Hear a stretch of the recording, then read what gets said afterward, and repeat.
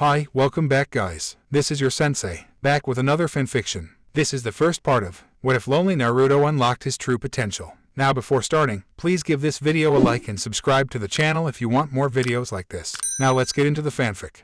Uzumaki Naruto sat unusually still at his seat in the Konohagakure Shinobi Academy, quietly listening to his instructor's lesson. Yumino Iruka forced himself to keep his eyes on the boy, making sure that he was not planning some type of prank. On a normal day, the young student would not be paying attention to any of the lectures in the academy. To him, lectures were often boring and he had better things to do with his time. Today, however, was not a normal day. The subject of Iruka's lecture was one of the few things that Naruto was genuinely interested in, the former Hokage and the responsibilities related to the position. Now, who here can tell me the names of all the Hokage? Iruka asked, as the instructor began to eye different students. Looking amongst the group of kids who raised their hands to answer the question, a snort escaped Naruto's lips. That's an easy question. Iruka-sensei, Naruto said, crossing his arms. The Shodai Hokage was Senju Hashirama and his brother, Senju Tabarama, was the Nidaime. The old man is the Sandaime and the Yondaime was Namikaze Minato. Naruto, you're supposed to wait until I call on you to answer a question. Don't just talk like that unless you have permission. Iruka shouted, crossing his arms, which caused Naruto to stick his tongue out in defiance. A second passed before the Chunin dropped the serious look on his face and smiled at his student, nodding his head. However, you are correct. Although you should give Sandaime-sama the proper respect he deserves and call him by his real name, Sarutobi Hiruzen, instead of old man, you are right. Those are the names of the Hokage. Naruto rubbed the back of his head, beaming at his teacher's praise. Wow, Naruto actually knew an answer to something. Ino said with a chuckle. It's the end of the world. Our village must be getting invaded or something. Kiba exclaimed loudly. The class laughed in response to the Inuzuka's joke, which caused Naruto to cross his arms, the grin on his face dropping almost immediately. Hey, I know I don't get the best grades here, but if there's one subject I know, it's the Hokage, damn it.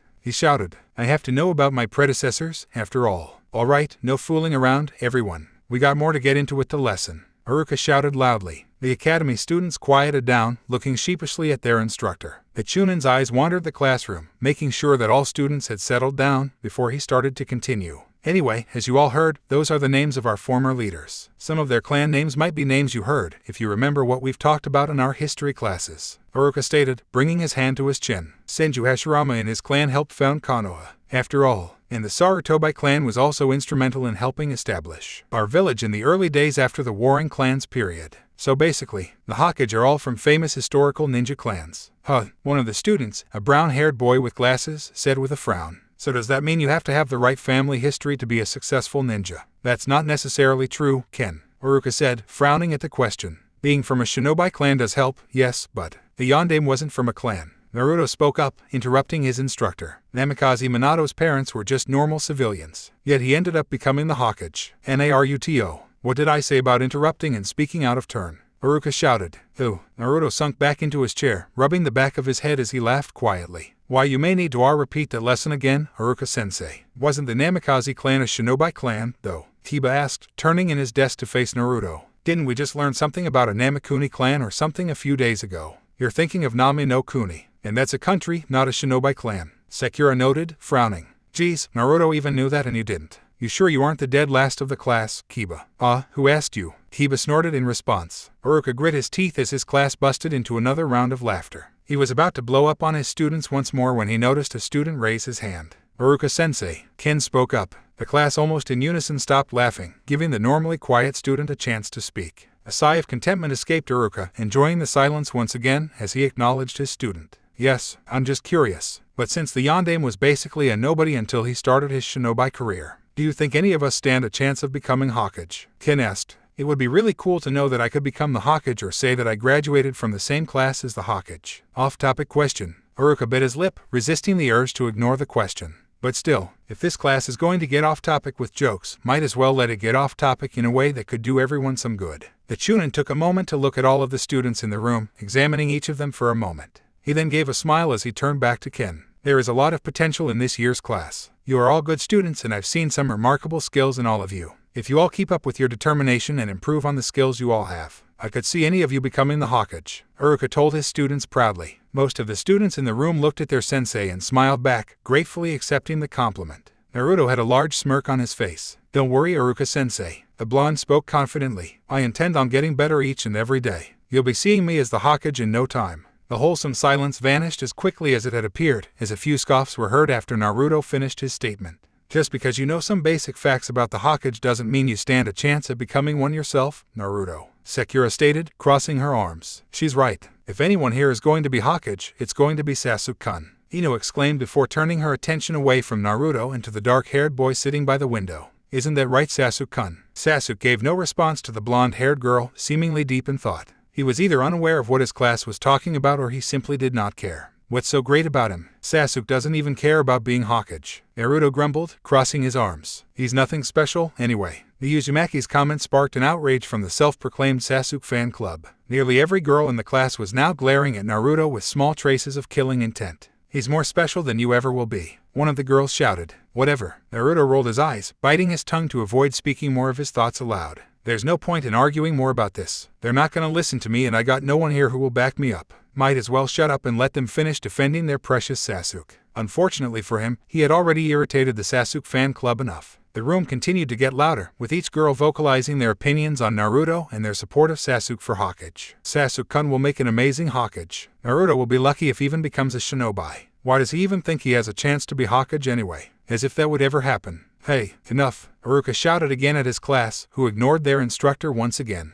"Ugh, they're all so loud," Shikamaru grumbled to himself. This increase in noise ended up disturbing the Nara, who had been trying to drown out the noise of his fellow classmates so he could fall asleep. With a loud yawn, he started to look around the room and at the girls in the class in irritation. "You should seriously stop trying, Naruto. Sasuke will be Hokage in no time and he will be the greatest Hokage this village has ever had," Ino said proudly, a pink blush on her cheeks as she stared at the Uchiha. Naruto continued to grit his teeth at each and every response he received. He was about to finally respond and snap until a voice spoke up before he could. "This is so troublesome. Can you people just admit that Naruto can become the Hokage already so I can go back to sleep?" Shikamaru groaned, laying his head down on his desk, trying to fall asleep once again. "You're all so damn loud." The classroom became quiet for a moment. All of the students turned their attention to the Nara. Even Naruto looked at the boy with shock in his eyes. "You can't be serious, Shikamaru," Ino shouted, rolling her eyes. "You seriously think that an idiot like Naruto can become the Hokage?" "Sure he can. Why wouldn't he be able to?" The boy replied with a yawn. "What? Does he really mean it? Does he really think I can become Hokage?" Naruto's eyes widened further. "Why not? Really?" One of the boys sitting next to Shikamaru laughed. "He's the dead last in our class, Shikamaru.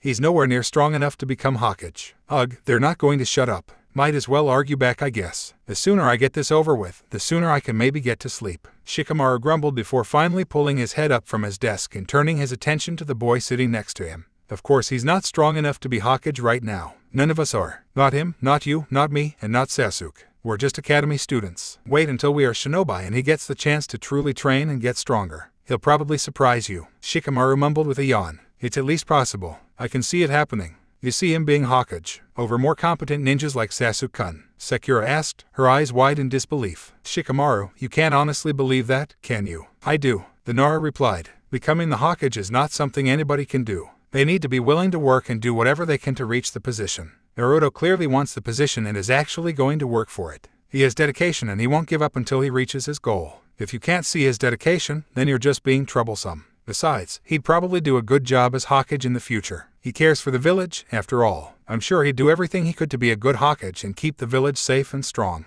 Naruto mumbled to himself, trying to process his words. "No one's ever said something like that about me." Sakura seemed as if she was going to reply to Shikamaru's statement, but before she could speak, she was cut off by another person's voice. I agree with Shikamaru-san." Everyone turned their heads to the back of the room, staring at Hinata. The Hyuga poked her index fingers together, looking downward as she started to feel the attention of her classmates on her. She was already regretting speaking up. "No, I don't regret it." Hinata took in a deep breath, reaffirming her own statement to herself. Her eyes briefly moved over to Naruto and a blush developed on her cheeks. "If Shikamaru-san can speak up on behalf of Naruto-kun, then so can I. I think that Shikamaru-san is alright. And Naruto-kun has the dedication to become a great Hokage." She spoke quietly. "Hinata, she thinks so too." Naruto stared intently at the kunoichi, his eyes somehow widening further. "She thinks I'd be a great Hokage." Before any of the students could reply to the quiet girl, Haruka coughed, grabbing everyone's attention back to him. "That's enough for that discussion. There are more things we have to discuss today besides who we think can become Hokage," Haruka informed the class sharply, crossing his arms. "And just because all of you didn't stop talking even after the second time I yelled at you all to get quiet, we're going to have a quiz tomorrow on the Hokage, so make sure you all study, because it will count on your overall class rank." Many of the academy students all groaned at the Chunan's words, but did not speak back. The class turned quiet as they focused in on Iruka's lecture. Naruto stopped paying attention to class, focusing on his thoughts. His mind kept repeating Shikamaru's and Hinata's words of support for him in his dream. Naruto had never met anyone his age who actually believed in him. He spent the rest of the class thinking back to his 2 fellow classmates, wondering what they truly thought about him in his dream. Class is dismissed. I will see you all tomorrow, Iruka informed the students. Nearly all of the students in the room got out of their seats quickly and started rushing out of the classroom to head back to their homes. Naruto got up from his seat slowly and looked around for 2 of his classmates. Hey, Shikamaru, Hinata. Naruto called out to them. Shikamaru, who was taking a nap, groaned at being awakened before turning to Naruto. He got out of his seat and walked up to him with a yawn. Hinata, who had gotten out of her seat and was walking towards the door, froze upon hearing his voice. Naruto-kun wants to talk to me. She walked slowly over to him, a blush forming on her cheeks. I just wanted to ask you guys, back in class today ... Did you both mean it? Naruto asked softly, looking down. Mean what? Be a bit more specific. Shikamaru yawned in response. I don't remember much of class today. It dragged. Every class drags for you. Naruto looked up, scowling. Hinata shrugged his shoulders in response, and, Hinata spoke up. She immediately looked away as both of her fellow classmates looked at her and began poking her fingers. Why you were asking us in, Naruto-kun? The Uzumaki took in a deep breath. He looked them in the eye. Mean when you both said that I could become Hokage. Do you two actually believe that? Oh, Shikamaru responded. That what you meant? I meant it. Hinata nodded her head in response. I think you will be a great Hokage in the future, and Naruto-kun. I think so as well. If I thought otherwise, I wouldn't have said anything. It'd be too troublesome to lie about something like that, Shikamaru said with a shrug. Naruto stared at his fellow classmates for a few seconds in silence before he gave them a large smile. It was different than the grin he normally wore on a daily basis. This smile was more genuine than either had ever seen on his face. You guys are the first 2 to believe in me like that, and I promise you both that you will not regret it, Naruto stated, bringing his hand to his chest. Thank you both so much. You're welcome, and Naruto-kun, Hinata replied, looking down again as her blush reddened further. Despite that, however, a wide smile developed on her face as well. I was just saying the truth. You don't have to thank me for it, Shikamaru replied, a smirk on his face. But, whatever, it's no problem at all, Naruto. You 2 aren't busy right now, are you? He asked them. Shikamaru tilted his head slightly in response. I was planning on getting some sleep. Maybe go cloud watching. But I guess I'm not really busy. I have to be home in about 2 hours for tea training with my clan, but I'm free right in now, Hinata replied. Naruto did not fully process their words. All that process in his mind was that the 2 were free at the moment. He gave them a foxy grin. Since you guys are free, I'm taking you both to get ramen at the greatest place in Konoha, Ikaraku's Ramen. Consider it a treat from your future Hokage, the boy told them. Before his words could register in their heads, Naruto grabbed both Hinata's and Shikamaru's hands and started to rush out of the room, dragging them along with him. Hey, slow down. I didn't agree to this, Shikamaru grumbled as he tried to loosen Naruto's grip on his hand. His attempts, unfortunately, failed. There goes my relaxing afternoon of sleep. What a drag. Naruto-kun's holding my hand. Naruto-kun's taking me to get ramen with him, Hinata shouted in her head, unaware of anything else in the world. It took only a few more seconds before the Hyuga heiress lost her grip on Naruto's hand and fell to the ground in unconsciousness, her smile seemingly widening on her face. It took Hinata roughly 10 minutes before she regained consciousness. Upon waking up, she was immediately dragged out with Naruto, alongside with Shikamaru. The blonde rushed them through the streets of Konoha towards a ramen stand in the center of Konoha's streets. Yo, old man Ikaraku, I'm here, Naruto announced. Ikaraku Chuchai, the owner of Ikaraku Ramen, turned around as he noticed the young blonde sitting down at one of his chairs. A chuckle escaped his lips as he approached the boy, bowing his head. Good afternoon, Naruto. Long day at the academy, he asked. Yeah, it was kinda long, but it's no big deal. He shrugged in response before gesturing to his right. Hey, old man, meet Hinata and Shikamaru. Hinata and Shikamaru, meet old man Ikaraku, and his daughter Ayame. Naruto then blinked as he looked around in the stand. Where's Ayame? She has the day off. I can't overwork my daughter too much, Chuchai said, his chuckling getting louder. He then turned his head towards Naruto's classmates, who were standing off to the side. Hinata and Shikamaru, welcome. Any friends of Naruto are welcome here. Please, have a seat. Okay. Hinata nodded her head quickly as she took the seat next to Naruto. It's a pleasure to meet Yui Ikaraku-san. Shikamaru shrugged his shoulders as he walked over to the seat next to Hinata's, nodding his head at the ramen chef. I assume you want your usual miso ramen, am I right, Naruto? Chuchai asked. The blonde nodded his head, which caused the chef to turn his attention to the other 2 academy students. And for you too. You don't really have ramen much, so I don't know. I'll just order what Naruto-kun ordered. If that's okay, Hinata said, bowing her head slightly. Shikamaru brought his hand to his chin as he tried to think. Damn, it's been a while since I've had ramen. I guess Shio ramen. You make that here? Right. I make all types of ramen, Shikamaru-san. Chuchai laughed again as he nodded his head. So 2 bowls of miso and 1 shio. Coming right up. As the ramen chef turned around to start working on the ramen, Naruto turned his head to face his 2 classmates, looking at them in surprise. Wait, you 2 don't eat much ramen. Really? He blinked in response. He stayed quiet for a moment, trying to process their words. Why, I usually eat within my CL clan and my F-father's not a big fan of ramen, Hinata admitted, frowning. Whenever I go out and get my own food, I usually get something sweet. I'm sorta in the same boat. Normally eat with my parents. Mom doesn't cook ramen. Shikamaru shrugged his shoulders in response. Although I sometimes go out for barbecue with Choji whenever he wants to. HMPH. Naruto crossed his arms. Ramen is way better than sweets or barbecue. A smirk developed on Shikamaru's face as he shook his head. I dare you to look Choji in the eye the next time you see him and say that. Deal. Naruto nodded his head, grinning back at the boy. His eyes then moved from Shikamaru to Hinata, then back to the Nara as he started to rub the back of his head. So,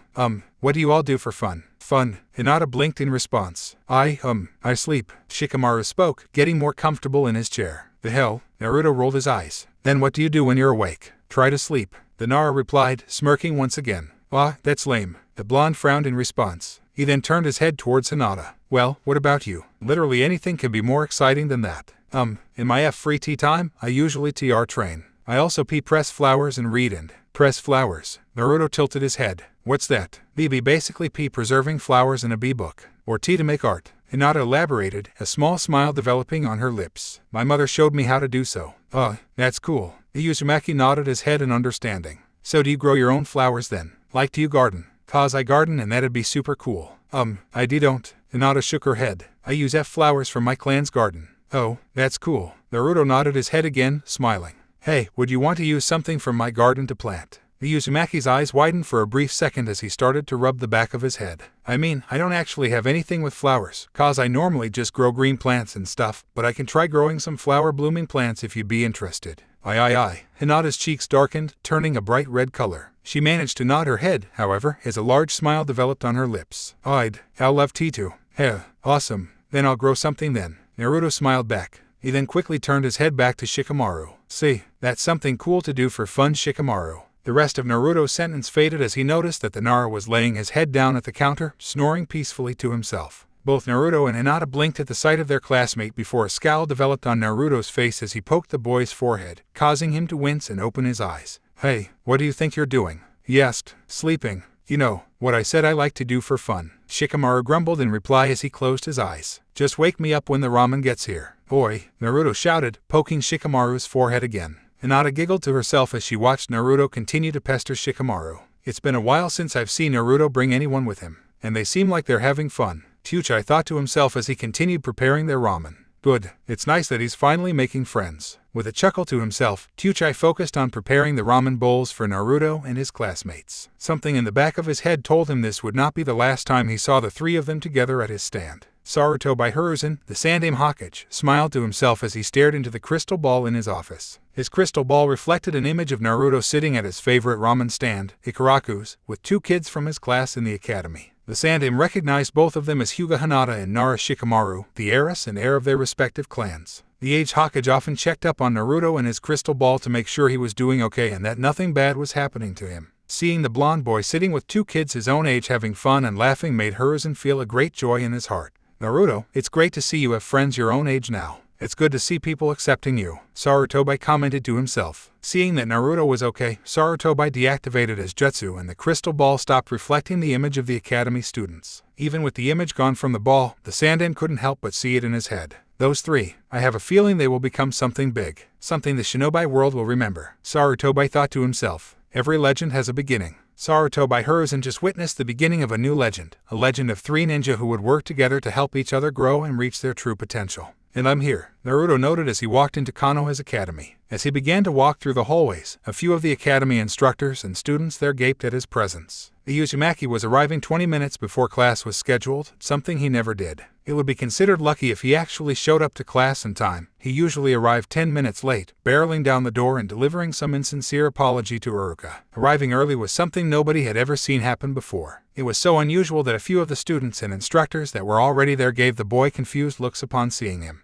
Today was different, however. It was the first time in months that Naruto was looking forward to class, if for no other reason than to see and talk with his new friends. Friends? We are friends now, right? He questioned. He recalled Hinata and Shikamaru defending his dream to the other students. He remembered talking to them after class and having lunch with them at Ikaraku's. A smile developed on his face as he nodded to himself, answering his own question. Yep, I think we are all friends now. Upon entering the classroom, Naruto looked around the classroom to see if he could spot either Shikamaru or Hinata. While Shikamaru was nowhere to be seen yet, he found Hinata in her usual spot at a table in the back. Naruto's smile widened into a grin as he walked up to her. Hey Hinata, he called out to her. What's up? The Hyuga turned her attention toward him, her eyes widening in surprise at his appearance. A blush developed on her cheeks as she smiled at him, bowing her head slightly. Hello Naruto-kun, she greeted. Why you're here earlier than usual? You usually show up later. Naruto shrugged his shoulders. Hey, just felt like showing up early today. Anyway, how are you doing? Mind if I sit next to you? Naruto-kun wants to sit next to me. Next to me. Hinata's blush darkened in color as her mind started to race faster and faster. Why yes, of course, she said aloud.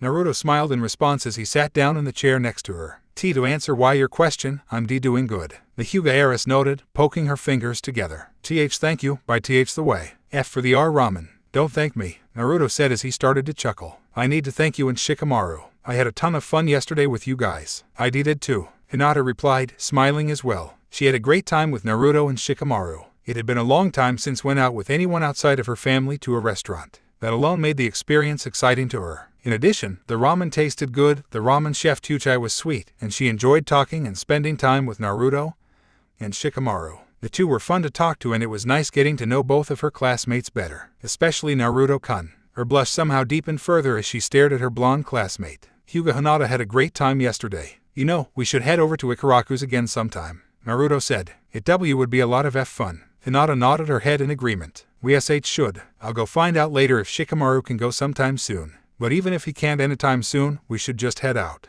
he said with a laugh. Hinata's eyes widened at the mental image of her and Naruto at the ramen stand by themselves. Naruto-kun and I eating ramen together. Alone, no Shikamaru. Like a date. She repeated the word in her head multiple times. Her already deeply toned blush seemed to redden even further as she envisioned their date. Naruto tilted his head, finally noticing the color of her cheeks. You're getting really red, Hinata. Redder than usual. Are you feeling sick or something? The blonde put his hand on the girl's head to check for a temperature. This, along with the proximity to her crush and the thoughts currently running through her head, proved too much for the girl. Hinata fell into unconsciousness right then and there, her head hitting her desk hard. Hinata, Naruto called out to her, getting out of his seat and getting closer to her, trying to see if she was okay. As Naruto began to shake Hinata's body, trying to wake her up, Shikamaru walked into the classroom. He immediately turned his attention towards Naruto and Hinata and chuckled to himself. Naruto, you are really troublesome. If she wakes up and sees you doing that, she will just pass out again, he said as he walked closer to them. What's that supposed to mean? Naruto asked, his eyes narrowed. For a brief second, Shikamaru entertained the idea of informing Naruto that his classmate had a crush on him. However, that thought immediately left his mind as he shrugged his shoulders and walked over to the same desk and took a seat next to Naruto.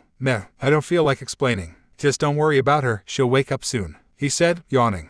If you say, Naruto sighed in response, finally letting go of Hinata's body and letting her sit in her chair. He then turned his attention fully to Shikamaru. How are you? Tired, he replied. You were tired yesterday, Naruto exclaimed. It's almost like being tired is something that can occur more than once. Who would have thought? Shikamaru said with a chuckle. HMPH. Naruto crossed her arms, frowning. Well, screw you too. Shikamaru chuckled in response as he laid his head down. Other than being tired, though, I'm good. You? Doing good, Naruto replied, his frown turning back into a smile. Thanks again for coming out yesterday to get ramen with Hinata and me. Well, you didn't give me much of a choice. But I had fun, so thanks for dragging me, Shikamaru admitted. Naruto rubbed the brim of his nose, his smile turning more mischievous. Well, based on what you said you do for fun, I'm going to have to drag you to more things. I need to keep you active and doing things, you know. Or you could ask and I'll probably say yes, Shikamaru noted. Naruto's eye lit up. Oh, so that means. Alright everyone, it's time for class to start. Naruto blinked in response. He looked around and noticed that, while he had been talking with Hinata and Shikamaru, the classroom filled up with the other students. In addition, Mizuki, one of the academy instructors, walked in and began to start the lecture for the day. Naruto's eyes proceeded to move to Hinata and frowned. He then leaned closer to Shikamaru. Hinata still hasn't woken up. She's not gonna get in trouble, is she? He asked. Good point, Shikamaru yawned.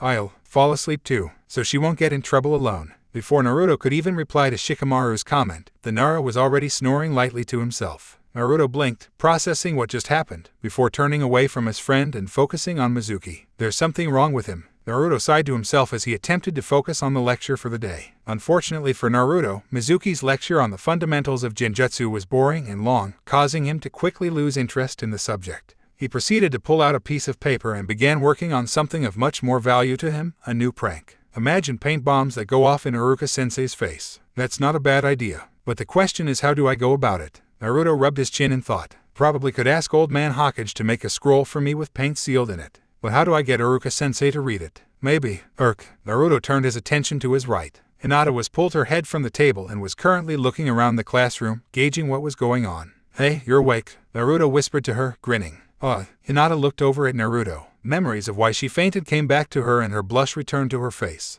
Sorry about that. That was so embarrassing. Don't be sorry. You're fine. At least you woke up, unlike lazy ass over there. Naruto replied, pointing to his left to Shikamaru. Hinata giggled in response. The two then became quiet as Hinata started to pay attention to Mizuki's lecture while Naruto returned to brainstorming his next big prank. An hour passed by and Mizuki's lecture finally finished. He then started to walk towards the door to the classroom. Alright class, head on outside. Let's go meet up with Iruka-sensei to work on your weapons training, he stated. The students at the academy all nodded at their teacher's words before getting up and starting to walk out. Naruto and Hinata got out of their chairs and were about to walk out together when they noticed that Shikamaru was still asleep in his chair. Naruto rolled his eyes and immediately shook the Nara's body, waking him up instantly. Oi, you're going to be late for weapons training. Hurry up, Naruto told him. You woke me up for weapons training. Ugh, Shikamaru grumbled, stretching as he let out a yawn. Weapons training is always the same as it is every day. It's too much work and way too troublesome. Everything's too troublesome for you, Naruto said. Exactly, he replied simply with a yawn. Shikamaru-kun, you are really should hurry. Wouldn't want to get him Mizuki-sensei or Iruka-sensei mad, Hinata told him. With a loud, dramatic sigh, Shikamaru finally pulled himself out of his chair and followed Naruto and Hinata out of the classroom. The three were the only students in their class in the hallway, everyone else had already made it outside. As the trio finally approached the door to the training ground outside, the door opened up, revealing Mizuki. Mizuki-sensei. Hinata looked downward, avoiding the academy instructor's gaze, and began poking her fingers. Sorry for taking a while. Mizuki's eyes moved from Hinata to Shikamaru to Naruto. A frown developed on his face as he shook his head. Naruto, I understand you find most of the lectures in the academy boring, but please don't stall Hinata or Shikamaru, he said. Just because you don't take the class seriously does not mean you should encourage that behavior in other students. If you're late again to lessons, we might have to start punishing you, you know. Naruto sighed in response before shrugging his shoulders. Yeah, my bad. Whatever. Hinata blinked in response, looking up at Mizuki in surprise. And Naruto-kun wasn't stalling us. That was me, actually, Shikamaru admitted. I didn't want to go to the troublesome lesson so I stayed sleeping. They stayed back to wake me up. So it's my bad they're late. Sorry. Shikamaru knew he was going to get a lecture for sleeping in class again, but it would be less troublesome than Naruto taking the blame for something he did not do. Mizuki nodded his head. He then turned to the door. Well, you all get out there. Iruka-sensei already started the lecture. Both Hinata and Shikamaru looked at Mizuki in surprise. Naruto received a lecture for stalling them, but when Shikamaru took responsibility, he received no comment whatsoever. Naruto, meanwhile, shrugged his shoulders and walked out the door. Come on guys. Don't want Iruka-sensei yelling at us too. See coming, Hinata said with a frown, following behind. Shikamaru sighed, following silently. Both Hinata and Shikamaru were used to Naruto getting different treatment from other students, even from the nice instructors like Mizuki, but it still bothered them. As far as they saw, there was no reason for it. What seemingly bothered them the most, though, was that Naruto seemed indifferent to the treatment. It was almost as if he was simply used to being treated differently. It was something they both hoped they would be able to get answers for someday. When classes finally ended, Shikamaru said goodbye to Naruto and Hinata before heading home to the Nara compound. Lectures today were particularly boring and all Shikamaru wanted to do was go to his usual spot in his clan's compound and lay down, cloud-watching until he fell asleep. As he was arriving home, he was greeted at the entrance by his mother, Nara Yoshino, who smirked at him. About time you got home. I made dinner early and your father and I have been waiting for you, she said. Come on. Well, there goes my plans already. Ugh, troublesome. Shikamaru sighed before he nodded his head. All right, I'm coming. Yoshino led him to the clan head's private dining room, which was rather humble in size. It was a small room with a golden-colored wooden table with only 4 chairs and minimal decorations. The only decoration was a painting of a deer on the wall. Sitting at one of the chairs was Shikamaru's father, Narashikaku, who waved his hand upon seeing his son. On the table itself was 3 plates that had mackerel, rice, and broccoli placed on them. I made mackerel, so you better appreciate it and eat with us and actually talk with us, Yoshino said sweetly before she turned to her husband. Especially since your father decided to not go out with his friends for one day finally and actually eat dinner with his family. I'm here 6 days of the week and she doesn't bat an eye, but I go out once with friends once a week and all of a sudden, everything's different. Shikaku mumbled under his breath. He assumed he was speaking quietly, but Yoshino managed to hear him. Her eyes narrowed in on her husband. You know it's not once a week, don't say that crap. Shikamaru sighed as he started to poke at his food with his chopsticks, ignoring his parents arguing. And she wonders I don't talk that much at dinner. Troublesome. The Nara heir was left to his thoughts at dinner while his parents continued to argue. As he was eating, his mind returned to his day at the academy. His thoughts returned to the conversation with Mizuki prior to weapons training. A frown developed on his lips as he took a bite of his fish. That's not the first time I've seen Naruto get treated unfairly, but that was so blatant. Why did he get a lecture about responsibility and I didn't? That's just completely inconsistent, he thought with a sigh. And it's not just Mizuki-sensei, either. Some of the other academy instructors are the same way. And I've definitely caught that in the streets of Konoha. Shikamaru looked up from his food and noticed that his parents had stopped arguing. His parents were both now looking at him. You look upset. Is the fish bad? She asked. Nah, it's fine, Mom. He shook his head. The Nara heir bit his lip for a second, debating about whether he should vocalize his thoughts about the Mizuki situation. He noticed his parents still staring at him with frowns of their own. With a sigh, he shrugged his shoulders. You both have heard about Naruto, right? Uzumaki Naruto, he asked. Naruto? Shikaku chuckled at the name, crossing his arms. That boy gives so many of the Jonin here a headache with his pranks. It's honestly amazing how he's able to get away from them for the most part. Okay, so you know him then. Good. Shikamaru nodded his head before he let out a sigh. Do you know why people here seem to treat him differently? Both Shikaku and Yoshino stared at each other for a second. Shikamaru noticed the slight tension that developed in his parents, causing his eyebrows to raise. Before he could comment on it, however, his mother turned to face him. What do you mean? Something happened today? Yoshino asked. Well, Naruto got in trouble for distracting myself and another classmate of ours and making us late for class, Shikamaru said. Except he didn't. I actually got both of them late cause they had to wake me up. Nara Shikamaru, you're still sleeping in class. Even after the last time we talked about this. Yoshino's eyes narrowed in on her son. You're about to be a genin. You can't be behaving like this for too much longer. Whatever. Shikamaru shrugged his shoulders. Anyway, I confess that I was the reason that Naruto and Hinata were late for class. But Mizuki-sensei did not care when it was my fault. He lectured Naruto and threatened to punish him again. But when I was responsible, he did not seem to mind. He crossed his arms. So, I was wanting to know. Do either of you know anything about why Naruto gets more inconsistent treatment from the other instructors? Naruto. The village is sensitive to him. Probably cause of his pranks, Shikaku said, frowning. But it's not fair. I only know him in passing, but he's a sweet kid. Sandaime-sama adores him. Yeah, he's pretty cool, Shikamaru admitted. He took me and Hinata out for lunch yesterday. He's kinda annoying, but he's a nice guy. You went to lunch with him. Yoshino's eyes widened. And who is this Hinata girl? I did, Shikamaru said, shrugging his shoulders again. And she's Hyuga Hinata. Naruto dragged both of us to some ramen stand called Ikaraku's cause we said he could maybe become Hokage one day. And why are we just hearing about this now? Yoshino asked, frowning once again. Shikamaru, I'm your mother. Am I not important enough to hear about my son's social life? I mean, all of this just happened. I really just became friends with them yesterday, Shikamaru answered, rolling his eyes. And, friends? Yoshino repeated the word, her eyes widening. Now you have to tell me about them. What are they like? Do you like them? Her eyes then narrowed. And I hope just because you met some new people that you aren't going to stop being friends with Choji-kun. You haven't talked about him much either. This is why I don't bring up things, Shikamaru sighed. His mother narrowed her eyes even further, which caused him to sigh. Naruto's really loud and social and Hinata's very shy. But both are easy to talk to and cool. And they're both not troublesome. And of course I'm still friends with Choji. But he and his family are currently at a wedding in some civilian village in Hai no Kuni. He's not even here, so why would I be talking about him right now? He rolled his eyes. You should remember that. Are you insinuating something about my memory? His mother shouted. Shikaku laughed to himself as he took a drink from a bottle of sake before speaking. Quit while you're ahead, Shikamaru. You should know now not to fight with your mom. Troublesome, Shikamaru grumbled as he turned his attention back to his food. The table turned quiet as the family started to focus back on their food. The silence lasted for only a moment, however, as Yoshino's eyes widened as an idea entered her head. You know, Shikamaru, I'd like to meet your new friends. You should invite them over, she declared. Her son rolled his eyes. Why? Why shouldn't I? I'm your mother. I need to be involved in my son's life. I should be able to meet his friends. The Nara mother huffed at her son's words. And why not? Kids your age should like having friends over. And do what though? Shikamaru asked. I normally just cloud watch here. I doubt Naruto or Hinata will find that particularly exciting.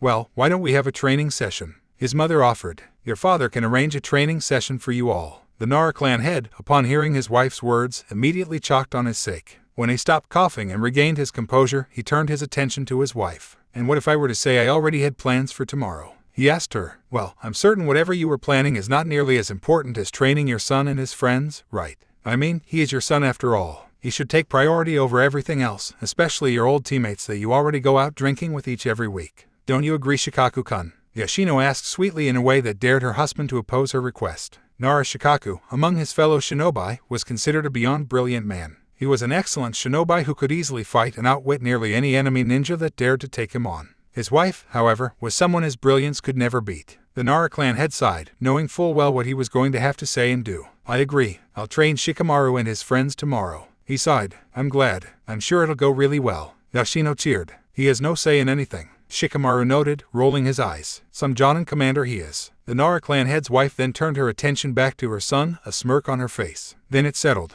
You'll invite your new friends over tomorrow for training. Shikaku will help train them with you and we can see if they want to stay for dinner. Understood. Then again, I'm not any better. Shikamaru sighed as he wordlessly nodded his head in agreement. Nara Yoshino seemed pleased with her work. She was excited to get to meet more of her son's friends at school. She was also quite curious with Uzumaki Naruto. The Nara woman, unlike her husband, had never seen the boy and had only negative things about the boy, things that she knew were biased misinformation. She was interested in the boy and wanted to see what he was like. Nara Shikaku, unlike his wife, was dreading the next day. He had no qualms with training Shikamaru, since he had already started training Shikamaru. He also had no problems with working with Naruto or Hinata either. However, I'm going to have to cancel my plans with Inoichi, and he's going to bitch about it for a while probably, especially cause Chose isn't here to go with him. Troublesome. The Nara clan had groaned, not looking forward to dealing with his former teammate tomorrow and having to cancel their plans. When morning came and classes were about to begin at the academy, Shikamaru looked for Naruto and Hinata. He found them in the same seats they were in yesterday, chatting with each other. So Hinata's conscious this time. Naruto didn't say something stupid and knock her out again. That's a relief. Means I don't have to ask this twice. He chuckled to himself as he started to walk to their desk. Hey, Naruto. Hinata, Shikamaru called out as he took the other seat next to Naruto. Yo, Shikamaru. Naruto greeted, grinning. What's up? Okay, I know this is last minute and stuff so you both can say no, but my mom invited you both to come over to my clan's compound for some training after class. Shikamaru told them with a sigh. No pressure or anything, of course. I'm game, I got nothing to do today. What kind of training? And what time? Naruto asked, his grin growing. I don't know. My dad's going to oversee the training but he never said what he was going to work on. As for what time? Well, sometime after classes. Shikamaru told him with a yawn. Maybe 2 hours after class. Works for me. Naruto nodded his head, giving the Nara a thumbs up. I'd love to hang out anyway. Training just sounds awesome to me. The Nara heir gave the blonde a smirk back before he turned his attention to the Hyuga heiress. The girl was looking down on the ground, poking her index fingers together. I need T to ask my father if C can come. He usually likes T to train after C class, so I'll need T to see if it's okay. Hinata said, frowning. Sorry. How about we all meet up in front of my clan's compound house in 2 hours after classes end? Shikamaru suggested to them both. He then turned his head directly at Hinata. If you don't show we will just assume your father said no. Again, no pressure or anything. Oh okay, she replied. Fine with me. Hope you can come as well, Hinata. Naruto told her, which caused her to blush. I'm really excited though. I can't wait to see what your dad has planned for us. Mom may make us dinner after, too. Shikamaru noted with a shrug. Just letting you know. Sweet, Naruto exclaimed, grinning. Class began shortly after, but Naruto did not even bother trying to listen. He was way too excited for his plans after class. When classes ended, Hinata told her friends farewell before she hurried off to her clan's compound, hoping to convince her father to let her attend the training session with her friends. Hyuga Hayashi sat at a desk in his study, reading reports on an incident that had occurred within his clan. As the clan head, Hayashi had many responsibilities and duties he needed to perform. As such, he needed to keep up to date on everything going on within the clan to prevent any problems from developing. The incident was a father in the branch clan was refusing to allow his son be marked with the caged bird seal. The issue would have to be dealt with soon if the father continued his protests. The elders are going to get on me soon if I don't enforce the seal. Hayashi sighed, bringing his hands to his head. I understand his concerns though. I need to have another conversation with him. Father, the Hyuga clan head looked up. He noticed the door to his office opening. He immediately composed himself, setting the report to the side as his eldest daughter walked into the room. Hinata, her father greeted, nodding his head at her. Is there something you want to discuss? Father, she started, trying to get out the request she wanted to ask her father. I was asked about ... Hinata, we have talked about this before. Please, work on your stuttering. Hayashi's eyes narrowed on the girl. It is unbecoming for a Hyuga of the main house. Hinata looked downward, away from her father. She took a deep breath, working up some resolve, before speaking again. I was invited to attend a training session W with the Nara clan. I request permission T to accept the invitation. Hinata told her father as confidently as possible. Her voice was little more than a whisper, but she managed to get out her words with minimal stuttering.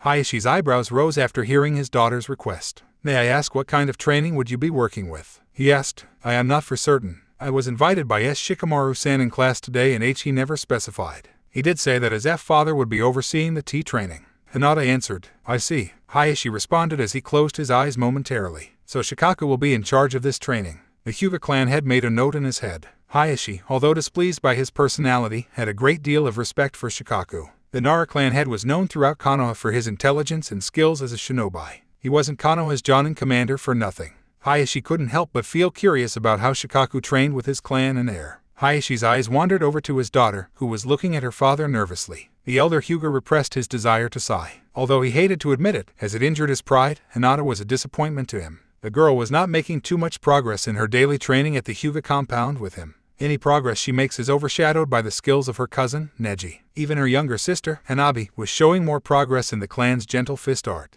Hayashi was at a loss on what to do with his eldest daughter. If she couldn't find a way to improve her skills, she would soon be replaced as the heiress of the clan. Perhaps training with Shikaku would be beneficial for her. Maybe he could show her something to help, Hayashi thought, thinking back to the request his daughter made. He turned his head back to his daughter, who was still nervously waiting for his response. Clearly my style alone is not helping her make progress. Perhaps this would be beneficial for her. "Very well, I will allow you to attend this training with the Nara clan," he informed his daughter. Hinata's eyes widened at his approval. "I expect you to not be a burden to Shikaku-san and the others at his training." Hinata looked downward at her father's final words, but she still smiled at obtaining his approval. "I won't, father," she told him. "If that's all you had to ask me, then you are dismissed," the Hyuga clan head stated. Hinata nodded in response. She bowed her head and left her father's study, getting ready for training. Hayashi turned back to his report and his work as if the conversation had never happened. 2 hours had passed quickly. Hinata rushed over to the Nara clan compound. As she arrived at the entrance, she noticed Naruto and Shikamaru were already there. "Oh, I am sorry for keeping you guys waiting," she mumbled, bowing her head at her two classmates. She quickly shook her head, resisting the urge to tear up.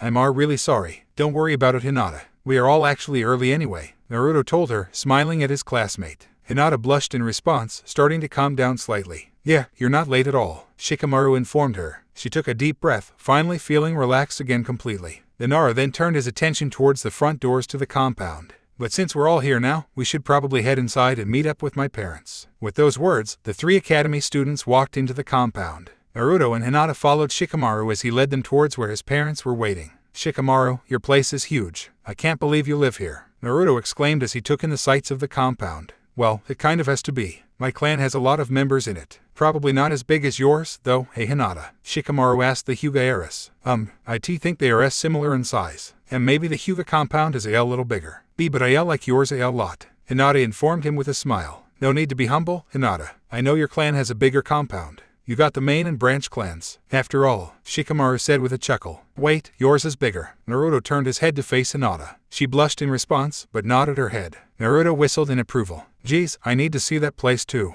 The blonde knew that his friends belonged to notable clans in Konoha, but he never really thought about it too much. As he looked around the Nara clan compound, however, noting the fine wooden floors, the various branching hallways, and the various scroll decorations hanging on the wall, he began to fully understand what big deals the Nara and Hyuga clan were. Conversation stopped for a moment as the 3 academy students walked through the hallway until they reached a glass door. They walked out into a small courtyard in the back of the compound. The courtyard was filled with large trees and had a table sitting out underneath the tallest tree. Sitting at the table were Shikamaru's parents. The two immediately noticed the presence of Shikamaru and his friends and smiled. "There you are. I take it these are your friends, Shikamaru?" Yoshino asked. Shikamaru nodded in response before turning to his classmates. "Mom, Dad, these two are Uzumaki Naruto and Hyuga Hinata." "Naruto, Hinata, these are my parents. It's an honor to meet you both." Hinata bowed to the Nara clan head and his wife. "Nice to meet you both," Naruto stated, grinning. "Your son's really lazy, but he's pretty cool." "The hell," Shikamaru grumbled. Shikaku snorted in response while Yoshino started to laugh loudly. This only caused Shikamaru's grumbling to continue as he crossed his arms, mumbling something about stupid blondes. "I already like them, especially Naruto," she declared, a smirk on her face. "Perhaps we can pound some responsibility into him and get him less lazy." Naruto laughed as well, joining his parents. Even Hinata was unable to present herself from giggling. "Troublesome." Shikamaru shook his head, scowling. "Well, as much fun as it is to mess with my Shikamaru, you all should really start your training. Best of luck," the Nara mother told the students before she walked off to the side to watch the training. The students turned their attention to Shikaku, who had been quietly observing the conversation. With attention drawn to him, he sighed as he pulled himself out of his chair. "Okay, you guys ready?" Shikaku asked the 3 students. All of them nodded in response. "Good. Now, before we begin, Shadow Clone Jutsu." Shikaku made the necessary hand sign and a poof of smoke appeared. By the time the smoke vanished, 3 clones of Shikaku stood behind the man. Hinata's eyes widened at the sight while Naruto's mouth nearly dropped to the floor. "Whoa, how did you do that? Those look so much cooler than the clones they try to teach us in the academy. They almost look real," Naruto exclaimed excitedly, staring at the clones. Shikaku smirked in response. "That's because they are." "Really? Okay, those are so much better than the stupid clones Iruka-sensei has been trying to teach us. I have to learn this instead," the blonde-haired student declared. The Nara clan head gave a small laugh. "One day, kid. But the Shadow Clone Jutsu isn't taught to academy students. Requires way too much chakra. Maybe one day, when you have more chakra." The Nara's eyes widened ever so slightly in realization as he brought his hand to his chin and thought, although, with the Kyuubi, you probably have enough already. Maybe he would benefit from it. Naruto grumbled in response but seemed to drop the subject. "Anyway, I made my shadow clones for the purpose of sparring with you all," Shikaku told them. "With the exception of Shikamaru, I really don't have any knowledge of your skills or weaknesses. Therefore, I will have my clones fight you while I observe them. They won't be giving it their all, just enough so that they test you and give a good fight. I'll see your fights with them and find out what your strengths are. We will then go on from there. Any objections?" All 3 students shook their heads. Naruto eyed one of the clones with determination, ready to take it down. Hinata looked at one a little nervously, hoping that she would be able to give a good match and show the Nara clan head what she was capable of. Shikamaru just stared into space, thinking of a strategy he could utilize to best his father's close as quickly as possible. "No objections. Good. Then we'll begin the spars now. Good luck," Shikaku told them. With those words, the 3 clones immediately charged at the students. Their sparring began. The real Nara Shikaku stood off to the side with his wife, watching the individual sparring sessions. Both were silent as they watched the spars. Shikamaru spent most of his match keeping himself distanced from the clone. Shikaku knew his son wasn't too skilled in taijutsu, and therefore, would try to keep his distance during the fight. Shikamaru used kunai and other weapons to attack from a distance while trying to trap his father's clone in a trap based on their surroundings. Shikamaru eventually led the clone into the trap, getting it close to a nearby tree. Shikamaru caught the clone within his shadow and forced it to smack its head against tree. He then threw one final kunai at the clone, dispelling it and winning his match. Naruto's fight was less complex to watch. The boy kept charging at Shikaku's clone, trying to take it down with as much force as possible and as quickly as possible. The plan backfired, as the clone was able to dodge most of the attacks from Naruto's predictable moves. The more the spar went on, though, the more Naruto took advantage. His moves and fighting were getting more spontaneous with each passing second. He was also not getting tired at all, despite all the time and energy. Eventually, Naruto was able to get enough strong hits on the clone and dispel it, causing instant relief. Hinata's fight showed that between her and her classmates, she was the most skilled in taijutsu, most likely as a result of training in her clan's fighting style. Hinata was much harder for the clone to avoid and strike at. She, however, was unable sometimes to get in for finishing blows that would have ended the spar quicker. There was the smallest bit of hesitation in her fighting that the clone was able to take advantage of. Hinata's fight grew harder as time went on, but she was eventually able to finally make a finishing blow and dispel the clone. With all clones dispelled, Shikaku gained their memories, which seemed to confirm his thoughts. He proceeded to get up and walk over to the students. "Well, good job you guys. Not too bad at all. Granted, my clones weren't fighting with nearly any of the power they could have. But I was just trying to analyze where you all were at in terms of skill, and I think I got a good idea now," the Nara clan head informed them. Shikaku first turned his head to his son. "Shikamaru, we've discussed this before in previous spars. You are clearly resourceful and intelligent on the battlefield. Your strategies are good and will only get better with more experience. However, your taijutsu is lacking as well as your offensive attacks overall. That needs to get improved on if you want to get stronger as a shinobi." "Yeah, we've discussed this before." Shikamaru nodded at his words, giving a slight yawn as well. "I'll get better soon." "Naruto," Shikaku continued, turning his head to the blonde-haired boy. "Your overall taijutsu was lacking.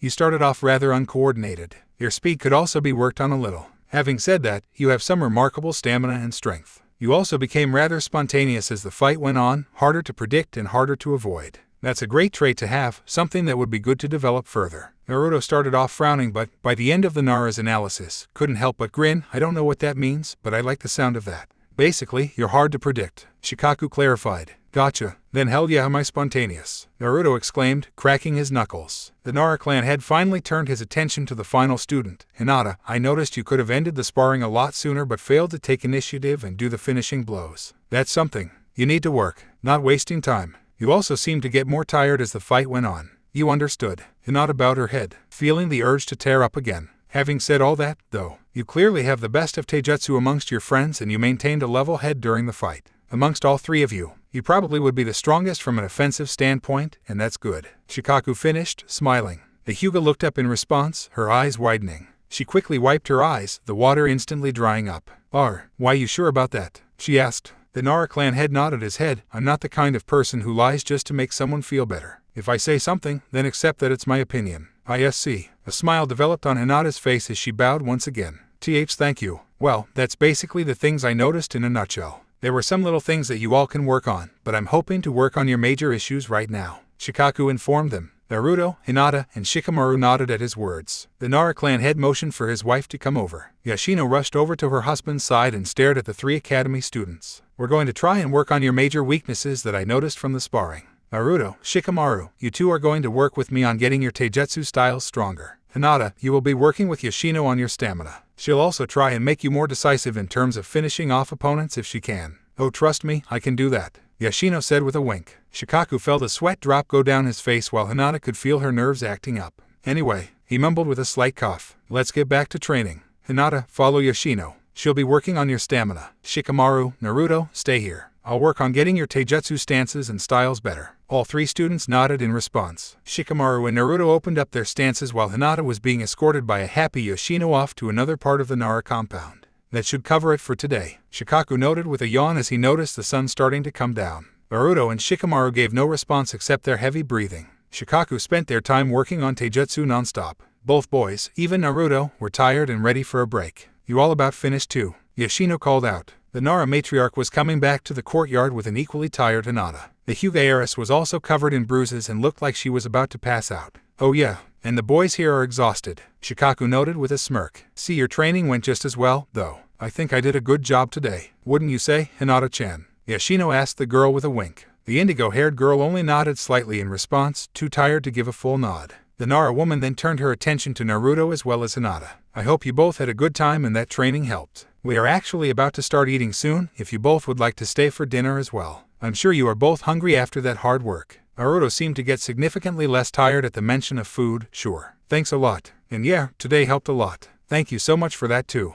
Hinata was still significantly tired, but was able to make out a response. Thank YUS so much F for everything, Yoshino-sama, Shikaku-sama. No need to be so formal. I thought we discussed that during out training. Any friends of Shikamaru can just call us Yoshino and Shikaku. Yoshino replied with a laugh. I'll call you all when dinner is ready. For now, just relax. With those words, Yoshino headed back into the compound and towards the kitchen. Her husband followed shortly behind, leaving Shikamaru and his friends behind. That was some workout, eh Hinata? Naruto asked. Why yes it was, she replied, still slightly panting. It was helpful though. Oh of course, that's probably the hardest I've trained in a while. No doubt I got tougher from that. If I could keep training here like that all the time, I'd be strong enough to be Hokage in no time, you know. Naruto declared excitedly before turning to Shikamaru. You're pretty lucky, you know that Shikamaru. Getting to train like that all the time. The Nara gave no response. He was laying on his back on the ground and did not seem to have any reaction. Oi, Shikamaru, did you seriously fall asleep? Naruto asked. No, I'm relaxing and trying to get my energy back, he replied tiredly. Oh, Naruto said,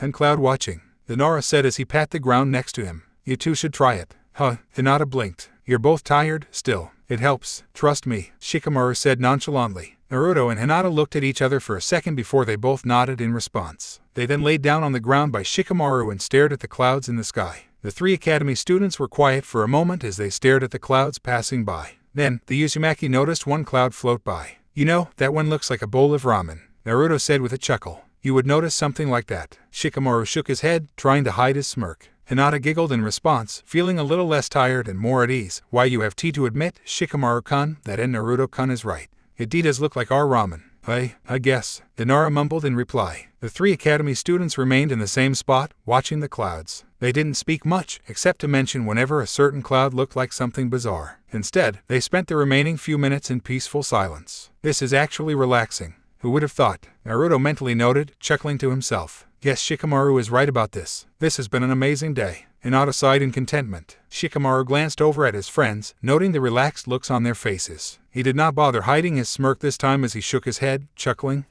Guess these two can appreciate a good cloud watching session too. He leaned back more in his spot, putting his hands underneath his head. They're making things much more interesting around here. The three friends continued to relax under the clouds, unaware of anything else going on in the world. Okay class, I am going to hand out scrolls for you to all read about the Second Shinobi World War. We're going to read and discuss them in class today. Pay attention everyone, you will be tested on it, Haruka stated sharply. Nearly the entire class groaned almost in unison, seemingly uninterested in a boring history lesson and even less enthused with the idea of a test. Only a handful of students did not appear to be fazed by the instructor's words. Naruto, surprisingly, was one of them. The boy had a mischievous smirk on his face as he watched Haruka reach into his desk and pull out a collection of scrolls. Haruka walked around the class, handing a scroll to each student. As he passed by the desk of Naruto, Hinata, and Shikamaru, his eyes narrowed slightly. "Shikamaru, wake up," he shouted at the Nora. Shikamaru pulled his head from the desk and nodded dumbly as he reached out for the scroll. Haruka frowned as he gave the boy the scroll, then handed one to his friends. He then moved on to the next table and Shikamaru immediately laid his head back down. "How tired are you today?" Naruto asked, chuckling. "Same as I always am," Shikamaru said with a yawn. "Never enough hours in the day for a good night's sleep." Naruto shook his head, mumbling under his breath about lazy friend while Hinata giggled to herself. A few more seconds passed by until Haruka finished passing out all the scrolls. He then walked back to the front of the classroom, holding his own scroll. "Okay, now open up your scrolls and let's start your lesson," he said, opening his scroll, which prompted the other students to open theirs. "Focus your attention on the second paragraph." Haruka was unable to finish his sentence. A large ball of blue paint shot out of the scroll, splashing him in the face. He closed his eyes, dropping the scroll. "Ugh!" he shouted loudly. No one else in the classroom had time to react. Paintballs shot out of each opened scroll, spraying all students with different colored paint. "The hell is this?" Kiba shouted as he tried to rub red paint out of his eyes. "Who did this?" Ken commented, frowning as he tried to shake paint off his shirt. "My hair," Ino shrieked, looking in horror at the green coloration in her hair. The rest of the class turned into frantic shouting. Haruka grit his teeth as his eyes moved from student to student. His eyes then focused on the only students who were coated in paint: Hyuga Hinata, Nara Shikamaru, and Uzumaki Naruto. His eyes narrowed on the blonde.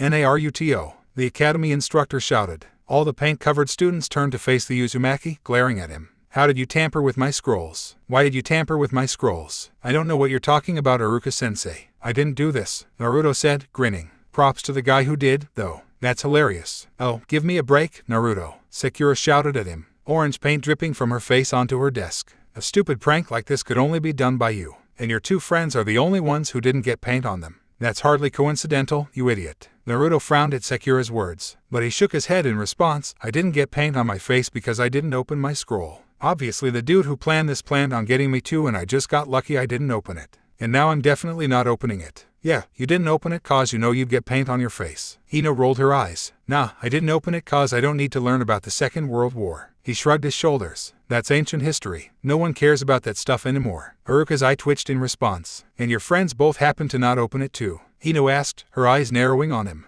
"I mean, I probably already know everything about the Second Shinobi World War. Didn't feel the need to open the scroll," Shikamaru replied, yawning. "No point to bother. Jay just was being slow today. By the tea time I started to open it. I saw paint hit you all, so I didn't want to risk opening my scroll," Hinata said, frowning as she poked her fingers. Please don't use me to blame Naruto-kun. I'm so sorry I didn't open it fast enough." Ino frowned in response. "Hinata, no one's blaming you." "Naruto, can you prove you didn't do this?" Haruka questioned, his eyes still narrowed at the blonde. "Can you prove I did?" "Cause I didn't so you can't," Naruto retorted. "I would have been a victim too if I opened my scroll, you know." "Then do it," Haruka said. "Prove your innocence." "Nuh-uh, I'm not getting myself wet with paint," the blonde scoffed. "You prove it." "Fine." The academy instructor sighed as he walked up to Naruto's desk and grabbed the scroll. "This will be the proof." Haruka, in his anger, forgot he passed out the scrolls. In this moment, he expected a blank scroll. Instead, he was met with another ball of paint that smacked him in the face, painting his already blue face a lighter shade of blue. "Naruto," he roared. "Well, there's your proof," Naruto declared, grinning triumphantly. Class continued from there, with Haruka drawing attention back to the subject at hand. Still, the instructor continued to keep his eye on Naruto suspiciously. While he technically had no proof, he was still suspicious. He could not shake the feeling that it was his fault. When class ended, Naruto brought Shikamaru and Hinata to Ikaraku's once more in order to celebrate. "Oh man, old man Ikaraku, I am Ni, you should have seen the looks on their faces," Naruto said, grinning. "There was paint everywhere and I just know it's gonna take a long time to get everything cleaned up. Everyone was so angry, but they couldn't prove it was me so I got away with it." "Good work then." "I am," the daughter of Tuchai said, chuckling. "I'm impressed you were able to pull something like that off. I mean, you had to pull a fast one on your academy instructor too." "Well, in order to pull it off right, I did need some help," he admitted, elbowing both Hinata and Shikamaru. Hinata looked down slightly, blushing in response while Shikamaru simply waved his hand in acknowledgement of his guilt. Shikamaru-san, Hinata-san, Kyuchai gasped dramatically, bringing his hands to his face in fake shock. You both helped. Is Naruto that much a bad influence on you two? Bad influence? Hey, Naruto frowned. He's in and not. A giggle escaped Hinata's lips. We just offered tea to help. And Naruto-kun managed to get to the reading scrolls yesterday, and I just had one of my Sea Clansmen SCLP paint in them. Hinata was still uncertain how she managed to convince her former caretaker, Hyuga, to actually go along with her request. He was normally so stoic and followed the rules all the time. She could even tell that he disapproved of the prank. Still, though, he went along with it. She would need to thank him somehow. They actually did stuff. I did nothing, unless you count giving Naruto some solid advice and arguments on how to avoid getting blamed, Shikamaru said, shrugging his shoulders. Hey, that helped a ton. I'd probably be cleaning everything up right now if it wasn't for you, Naruto said, his arm swinging around Shikamaru's shoulder. Thanks a lot. No need to thank me, Shikamaru said, chuckling. It was fun. It was interesting. Well, I got your ramen ready, Kyuchai announced as he finished pouring 3 bowls of miso ramen. He then brought them onto the counter in front of the 3 students. Enjoy your lunch, you crazy troublemakers. Well, the ramen is ready. Here you all go, you crazy troublemakers. Kyuchai informed them with a laugh as he and Iam passed out the ramen orders. Finally, Naruto shouted as he reached for his chopsticks. Let's eat. Hinata giggled as Naruto began shoving his food down his throat while Shikamaru shook his head, mumbling something under his breath. The two then turned their attention to their own ramen bowls. As Naruto walked into class the next morning, he noticed some of the students glaring at him. Kiba and Ino, in particular, were scowling and mumbling something under their breath about him. The blonde grinned back at them and waved as he took his seat next to Hinata and Shikamaru. People are still pissed about yesterday, he said. No shit. Shikamaru shook his head, chuckling to himself. Honestly, I wouldn't be surprised if Kiba tries to punch you later. Let him try. Naruto crossed his arms. Hopefully he doesn't try anything. Hinata mumbled. Shikamaru opened his mouth to respond to Hinata, but he stopped himself as another student walked into the room. A smile developed on his face as he waved at the new student. Sup Choji, how was the wedding? He asked. Naruto and Hinata turned their heads to see Akimichi Choji walk in, a bag of chips in hand. He waved to the Nara, a smile on his face. It was nice. The village was nice. And my cousin's new family were really nice, he said in between bites of chips. Plus her dad's a great cook. The wedding feast was amazing. Shikamaru nodded his head, cool. Choji's eyes moved to Naruto and Hinata. He waved at them. How's it going, Naruto? Hinata. Gee good. It's nice to see you again, Choji-san. Hinata said, smiling back at him. Hey Choji, Shikamaru told me you think barbecue is the best food. Naruto noted, crossing his arms as he grinned at him. I just wanted to let you know that ramen is infinitely better than barbecue place. Shikamaru brought the palm of his hand straight to his forehead. You actually were serious when you said you'd do that, Naruto. The Akimichi blinked in response as he stared at the blonde. He was silent for a moment before he started to chuckle, shaking his head. Ramen's good and all, but trust me, if you had good barbecue, you'd know barbecue is better, he said as he started to eat his chips again. And if you had good ramen, you'd know what I mean.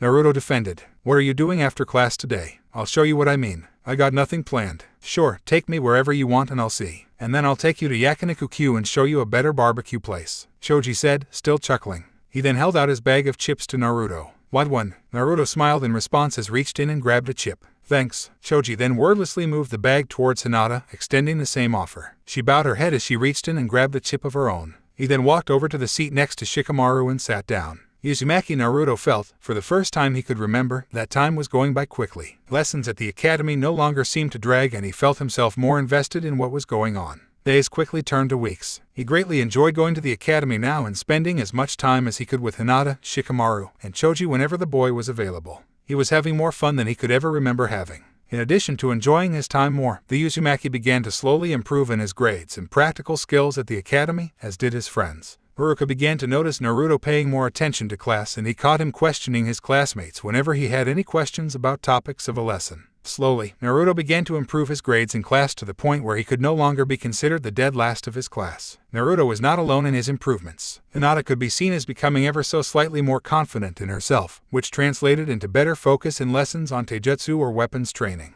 Shikamaru, also, would get encouraged by his friends to participate more in class and try for some of the lessons, allowing him to receive marks fitting his actual skills. These improvements were further amplified by training sessions with Shikamaru's parents. Twice a week, Naruto, Hinata, and Choji were invited over to the Nara clan compound. Shikaku and Yoshino proved to be strict teachers, but were effective and respectful, only pushing the students in ways that would benefit them. They showed the students the tree walking exercise and worked on improving their chakra control. They also worked to improve their endurance through sparring session and prolonged tree climbing exercises. Naruto could feel a great difference after all of his time spent with Shikamaru, Hinata, Choji, and the Nara parents. He found himself stronger than ever before, found himself happier, and was looking forward to moving on with his shinobi career now more than ever. He finally had something he had been looking for years for: acceptance. Naruto adjusted the goggles on his forehead, grinning as he looked at himself in the mirror. It was only one more week until the academy graduation exam. He was ready to go in, crush the exam, and move on with his career as a shinobi with Shikamaru and Hinata by his side. Things really have been going amazing,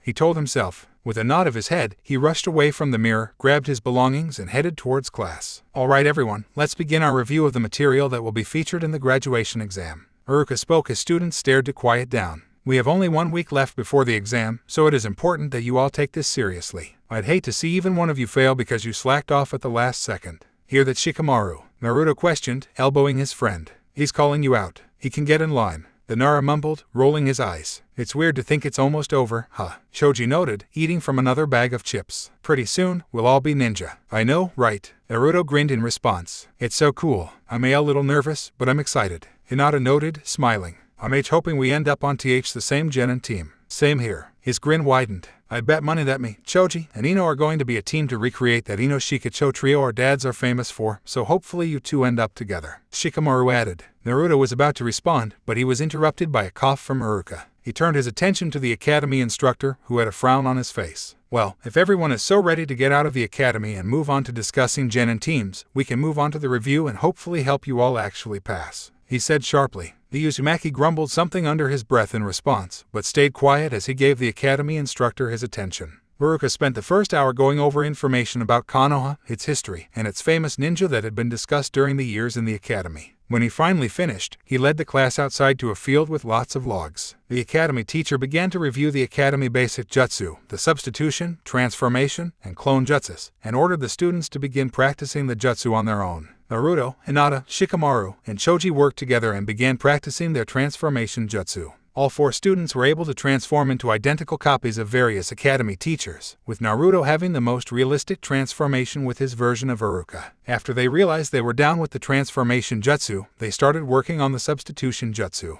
All 4 students were able to replace themselves with any of the nearby logs. 2 for 2. This test is going to be a joke, you know. Naruto cheered. It's not meant to be hard. It's just about the basic skills needed to be a ninja, which we all clearly qualify. Shikamaru replied, rolling his eyes. Anyway, let's get down with the clone jutsu so we can be done with this and I can go to sleep. All 4 students made the necessary hand signs for the jutsu. A poof of smoke filled the air around them. When the smoke cleared, perfect clones of Shikamaru, Hinata, and Choji appeared. Naruto, however, only created one, seemingly dead blob that could be barely considered a clone. Ugh, again. Naruto rolled his eyes. Why does this keep happening? I've improved my chakra control and everything. Why can't I make even one stupid clone?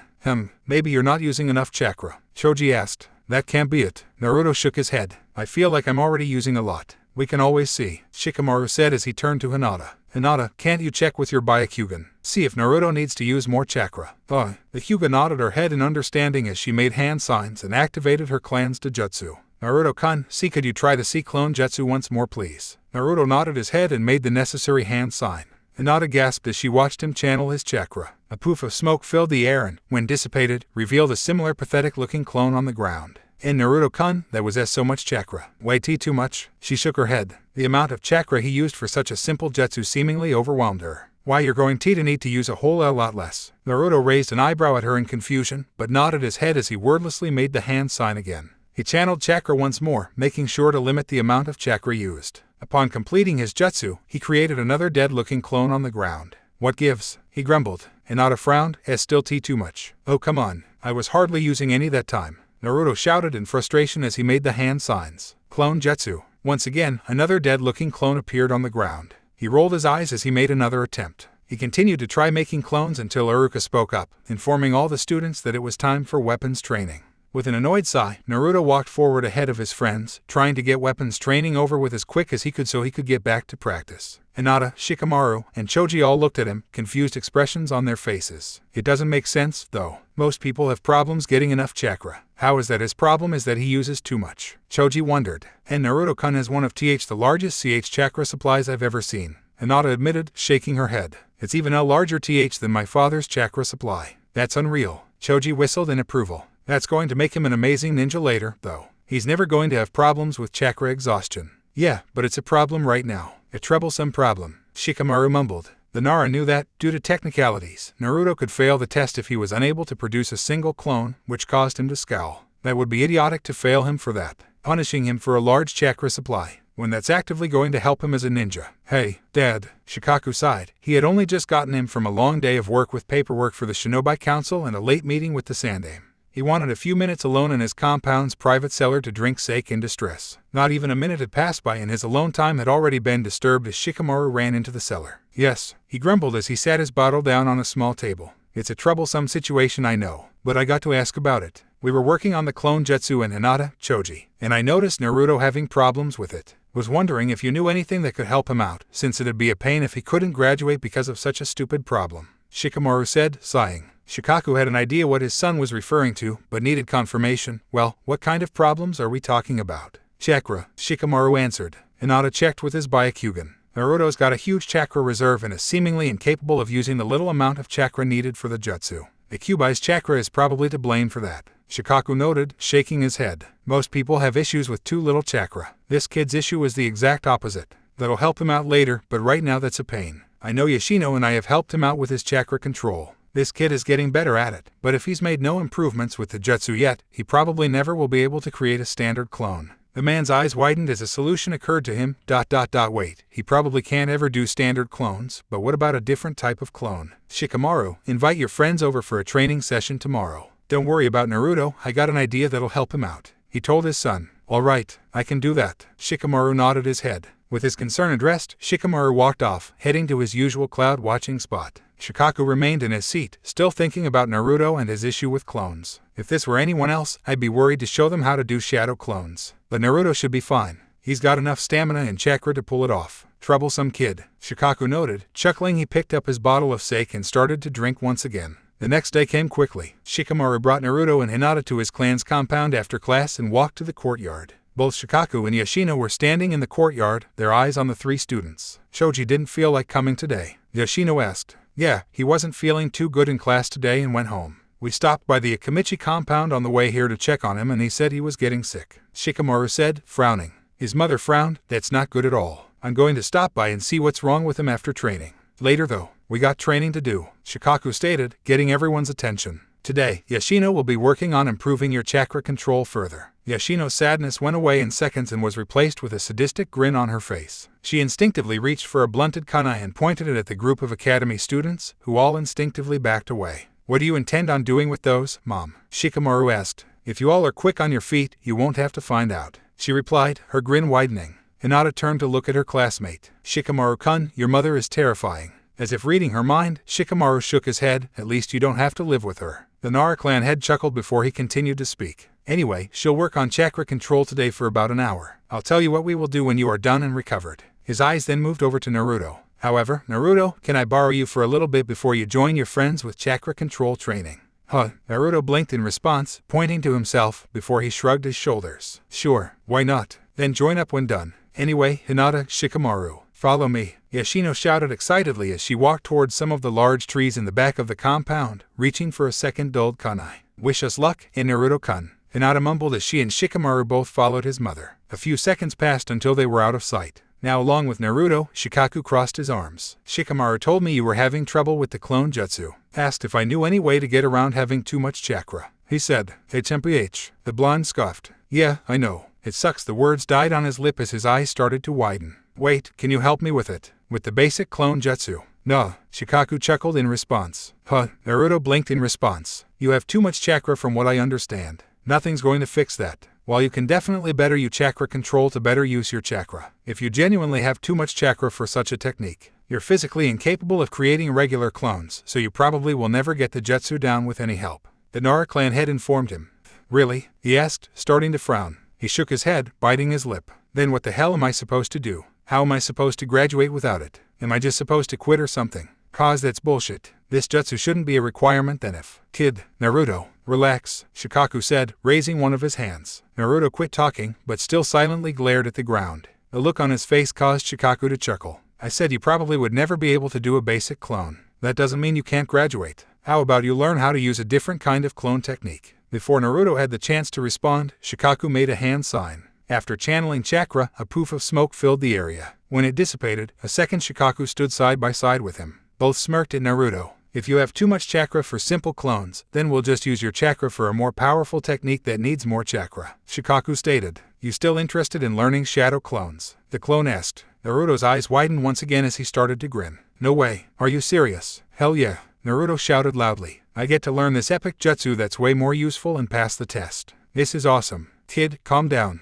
You still have to learn it, Shikaku told him with a chuckle. Of course I'll learn it. I'm way too awesome not to learn it, the Uzumaki replied. This earned a snort of laughter from the Nara clan head. I swear, no kid should get me to laugh this much. Uzumaki Naruto, you have way too much energy and excitement. You are troublesome, but in a good way. Well, if you're so awesome then you best be ready. I can promise you it won't be easy, Shikaku noted. I'm going to show you how to do the jutsu one more time. Watch carefully. We'll then work on your execution. Naruto calmed himself down and nodded at the man's words. All right, let's do this. Shikaku in turn made the hand sign for the jutsu. An hour had passed by since the training began. Naruto was standing with tired, wobbling legs as he panted heavily. You need to take a break soon. Get yourself more energized, Shikaku asked Naruto. Might do you some good. No, I got this, Naruto replied, still breathing heavily. Just give me a moment. As Naruto brought his hands together into the same hand sign, Yoshino walked back to the courtyard. Shikamaru and Hinata followed behind, both panting heavily with bruises on their bodies. How did your training go? Shikaku asked his wife. They're getting better. They lasted a long time on the trees and were able to avoid most of the kunai I threw at them. I was impressed, Yoshino said, grinning. I think next session, I'll use actual kunai. Maybe the fear of getting hit and a real wound will incentivize them more. Mom, I kinda would like it if Naruto and Hinata actually wanted to come over here again, so please don't, Shikamaru pleaded, scowling. That's so strict with your tea training. Hinata noted. Who tea taught you? My sensei was a no-nonsense woman, someone who would not tolerate any slacking off. Which was good, because it helped shape me and my team into the amazing shinobi we are, Yoshino declared, flexing slightly as she chuckled. She then turned her attention to Shikaku. How's your session with Naruto-kun? Is he still working on it? Shadow clone jutsu, Naruto shouted as a poof of smoke filled the air only to reveal nothing. Ugh, he's making a ton of progress, but it's gonna take a little bit more time. Maybe another day of training, Shikaku admitted, rubbing the back of his head. Understandably, since the jutsu is advanced. That's not going to stop me though, Naruto stated as he brought his hands back to the same hand sign. Shadow clone jutsu. Another poof of smoke filled the area around Naruto. As the smoke dissipated, another Naruto appeared. The original Naruto stared at the second, both blinking at each other. Shikaku nearly choked at the sight. Did he literally just accomplish that to prove me wrong? About needing to take another day of practice. I did it, Naruto asked. I think you did, the second repeated. Yup, Shikaku spoke up, nodding his head. That's a shadow clone. Naruto immediately tackled the shadow clone he created to the ground. He rolled around the ground with it, grinning from ear to ear. I did it. Hell yeah, I can make clones, Naruto shouted. Hell yeah, we did it. One step closer to being Hokage, the clone shouted back. Hinata giggled at her friend's excitement while Shikamaru had a smirk on his own face. The two ran over to the blonde and pulled him up from the ground away from his clone. Impressive, very impressive, Shikamaru said. Why, you're amazing, Naruto-kun, Hinata said, a pink blush developing on her cheeks. Naruto responded to their praise by pulling both of them into a group hug. Shikamaru started trying to squirm out a little, having problems breathing properly. Hinata had trouble breathing as well, but for different reasons. Naruto-kun is hugging me. He's hugging me. Don't faint, don't faint, don't faint, don't faint. Hinata repeated the mantra in her head as her face turned scarlet. Not again, not again, not again, not again. Air, give me air, please, Shikamaru mentally pleaded. Eventually the boy let go. Shikamaru immediately started to gasp over dramatically as he caught his breath. I saw what must have a god calling me to the afterlife, he mumbled in a daze. Screw you, Shikamaru. I didn't hug you that tight. Naruto rolled his eyes. Hinata still seemed to be in some dreamy daze, but was inwardly cheering herself for not fainting from her crush's embrace. Well, from what I understand, you all deserve a break for a little bit. I know Naruto probably does at least. Shikaku spoke, getting the attention of all the students again. Take about 20 or 30-minute break and head back here. We'll work on improving your resistances to genjutsu when you are back. The three shinobi nodded their heads in unison before they walked off together, heading towards a tree. Shikamaru immediately collapsed upon arriving, which caused Naruto to roll his eyes and Hinata to giggle in response. The two then joined the Nara clan heir on the ground as they laid down, staring up at the clouds. Just what we needed, more cloud watchers, Yoshino noted, rolling her eyes. Our son's a bad influence. Perhaps, Shikaku chucked in response. But that might not be a thing, and they are rubbing off on him as well. That's true. I like that they are and wish they would rub off on him more. Maybe that would get rid of his laziness, the Nara woman told her husband with a smirk of her own. They really work well together, you know. They just seem to have a desire to help the other improve. They probably would work well together as a genin team. Maybe even better than you and your old teammates. The Nara clan head was about to give a sarcastic reply, but one glare from his wife told him it would be troublesome to say otherwise. Instead, he remained quiet and watched his son lay down with his friends.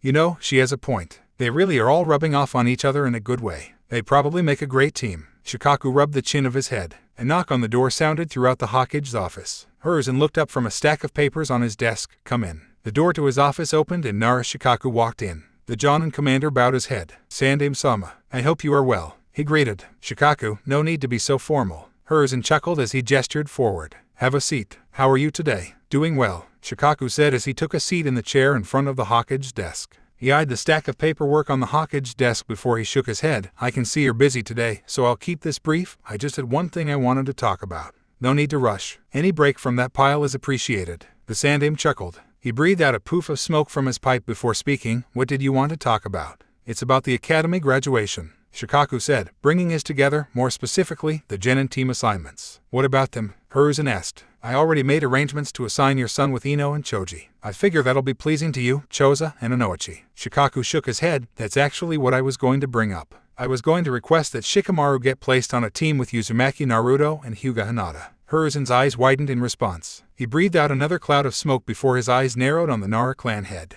A lot of care was put into team assignments. Shikaku, is there a reason you wish to make such a request? He asked. I do not know if you were aware of this, Sandaime-sama, but Yoshino and I have been training them alongside Shikamaru these past couple of weeks. And I have to say, I think the kids have a good chemistry together. And they complement one another. Shikaku answered. I think they'd make a rather effective genin team. As would Shikamaru, Ino, and Choji, Hiruzen mentioned. Shikaku nodded his head. Theoretically, yes. But I also think that's partially me, Choza, and Inoichi pushing for that trio to be made again. The Sandaime's eyebrow raised slightly. I mean, the three of us want to remake another Ino Shikacho like our team was. And that's why we've been pushing it, the Jonin commander admitted. But I'll confess that I don't think the chemistry is like ours. While Shikamaru and Choji are friends, they don't appear to get along with Ino much, or at least Ino and Shikamaru don't get along. He shrugged his shoulders, which I'll acknowledge that being on a team with each other would probably improve their working relationship, but it's nothing like what Shikamaru already has with Naruto and Hinata. I mean, I play relationships into account when assigning teams, but I don't try and simply put friends together based solely on teamwork. Hiruzen said, his eyes narrowing further on Shikaku. You know that as well. There's more to your request, is there? Shikaku was quiet for a moment. He sighed as he brought his right hand to the back of his head.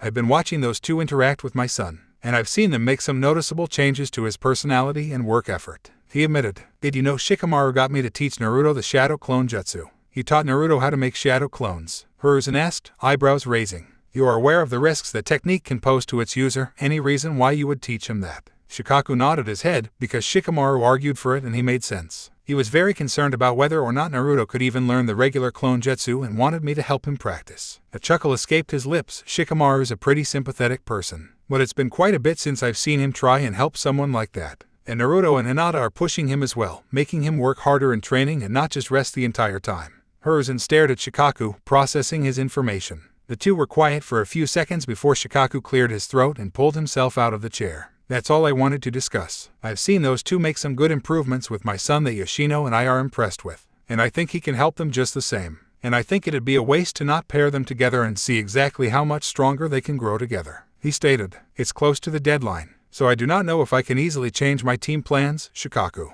Hiruzen admitted with a sigh. However, I will consider it. That's all I ask, the Jonin commander said, nodding his head as he turned around. Thank you for your time, Sandaime-sama. As Shikaku walked out of the office, Hiruzen turned his attention to a clock in the room. It's about time for the academy exam to begin, he noted to himself. He then turned his head back to the piles of paperwork and sighed. Great, more to think about. That would just be more work. The Sandaime returned to his work, but in the back of his head, he kept hearing Shikaku's words. Something told him that today was going to be a long day. Yumino Uruka glanced at the clock in his classroom, reading 9 o'clock. He then turned his attention towards the students sitting down at their desks. Everyone was quiet. It was a rare moment to not have at least a single student making some type of noise, but today was not a normal day. It was the day of their graduation exam. It was comforting to the academy instructor to see that every student at least understood the seriousness of this date and exam.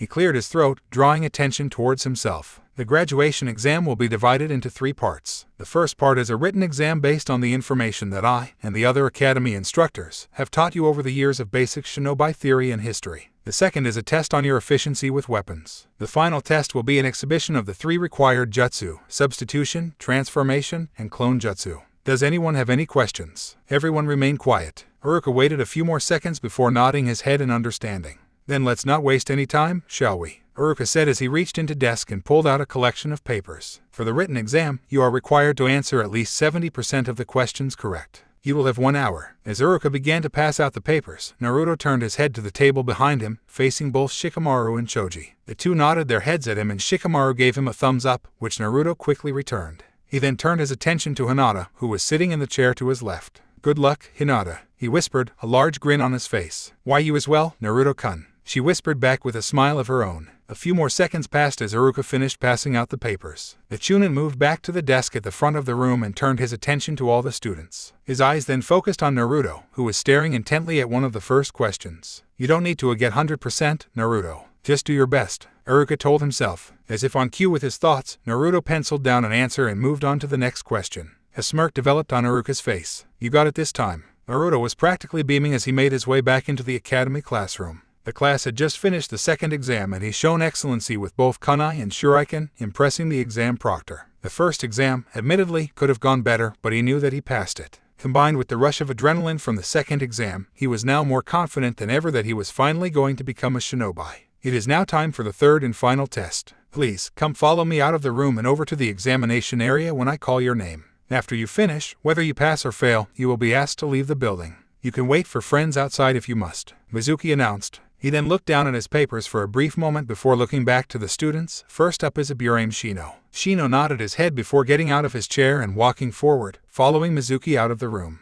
"Just one more exam, then we can go home and sleep," Shikamaru said with a yawn as he laid his head down. "Hell no, we're celebrating when we get out," Naruto stated, grinning. "We're gonna have a victory bowl at Ikaraku's Ramen." "That sounds good, but I won't be able to go," Choji admitted. "It's tradition for when an Akamichi graduates from the Shinobi Academy and becomes a genin to have a celebratory feast, so I have to go to that." A dreamy sigh escaped his lips as he almost started to drool. "Both my mom and dad are cooking for it, so I can't wait to taste it." "That sounds like so much fun," Hinata said, smiling. Her eyes dropped slightly as she brought her hands together, her voice dropping to a whisper. "I wish my family did something like that."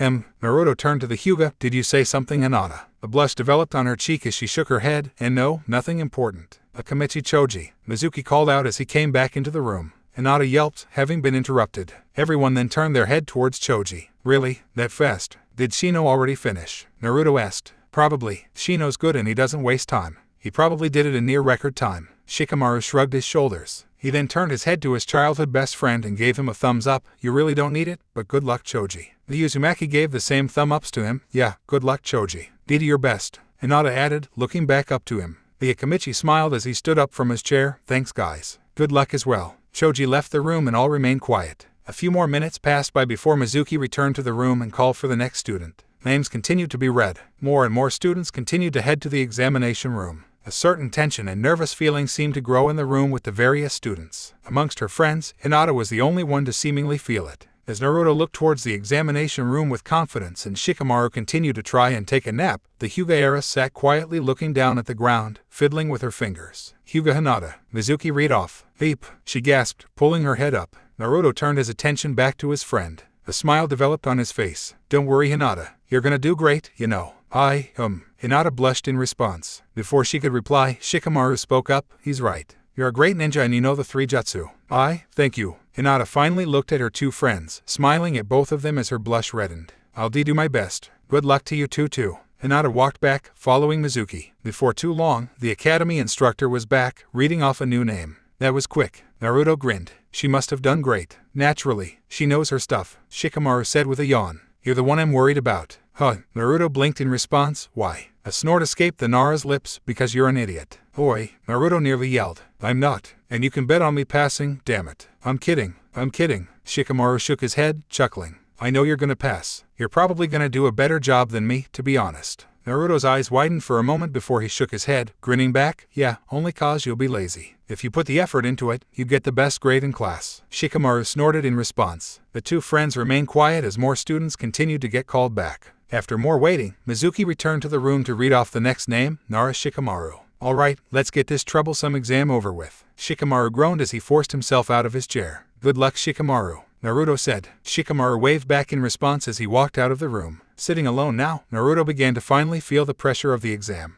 A sigh escaped his lips as his eyes moved back and forth between the clock in the room to the examination door, watching as Mizuki came back in to call back more and more students. I did fail it 2 times before. I could fail this thing again. Naruto shook his head, forcing that thought to the side. Hell no. After all the work I've put into this, I can't fail. Not this time, damn it. His mind then flashed images of Hinata's, Shikamaru's, Choji's, Shikaku's, and Yoshino's faces, all of whom were looking at him with confidence. He tightened his fists. They all believe in me, so I know I can do this at this time. Uzumaki Naruto, Mizuki finally called back, a smile on his face as he looked at the blonde. About damn time. Naruto grumbled to himself as he pulled himself out of his chair. A grin developed on his face as he rushed over to Mizuki's side. Let's do this. Naruto followed the instructor as he led him into a small, open room with a large, wooden table in the center. Sitting out the chair was Iruka alongside 2 other academy instructors. Mizuki walked over to the table, standing next to it. Uzumaki Naruto, please perform the 3 academy jutsus. First, the substitution jutsu. Trade places with a log that's placed in the corner of the room. Iruka requested. The blonde turned his head to the corner. His eyes focused on a small stack of logs in the corner before he turned back to the academy instructor. He gave them a smirk and vanished in a poof of smoke. A log was seen in his place while the boy was currently in the corner of the room, sitting on a different log. Without hand signs. As an academy student. Impressive, Naruto. Iruka smiled in response. The other academy instructors wrote down on their papers, no seeming reaction on their faces. Very good. Now, the second jutsu, the transformation jutsu. Please turn into a copy of one of the teachers in the room. And please, do not use that stupid sexy jutsu of yours, Iruka requested, glaring slightly. Yeah. Naruto rolled his eyes as he walked back to the center of the room. I'm not an idiot. The boy made the necessary hand sign and soon vanished in a poof of smoke. In his place stood Yumino Iruka. The man was an identical version of the academy teacher in every way. Height, body structure, and clothes were all spot on. He even got my scar just right as well, Iruka noticed, rubbing his nose slightly on instinct. He coughed a little before speaking. Great job once again, Naruto. Considering that it is me, I can tell that you did an excellent job and could probably pass off as me. I did my best. Naruto spoke in his best imitation of Iruka's voice before dispelling the jutsu, returning to his original appearance. Now, the final jutsu. Mizuki spoke up, a slight smirk on his face. The clone jutsu. Please, make as many clones as you can in the room. Naruto took the second to look at the teachers in front of them before nodding his head. A smug grin developed on his face as made the hand sign for his newly acquired jutsu. Mizuki frowned. What's he doing? Before any of the teachers could verbally react to the different hand sign, the room filled with smoke. When it cleared up, 10 clones of Naruto surrounded the boy. Each of them were all staring at the shocked faces of the teachers, grinning smugly just like the original. So, what do you think? One of the clones asked proudly. Shadow clone jutsu. Impossible. You are an academy student. There's no way you could pull that off. I can't even do that jutsu.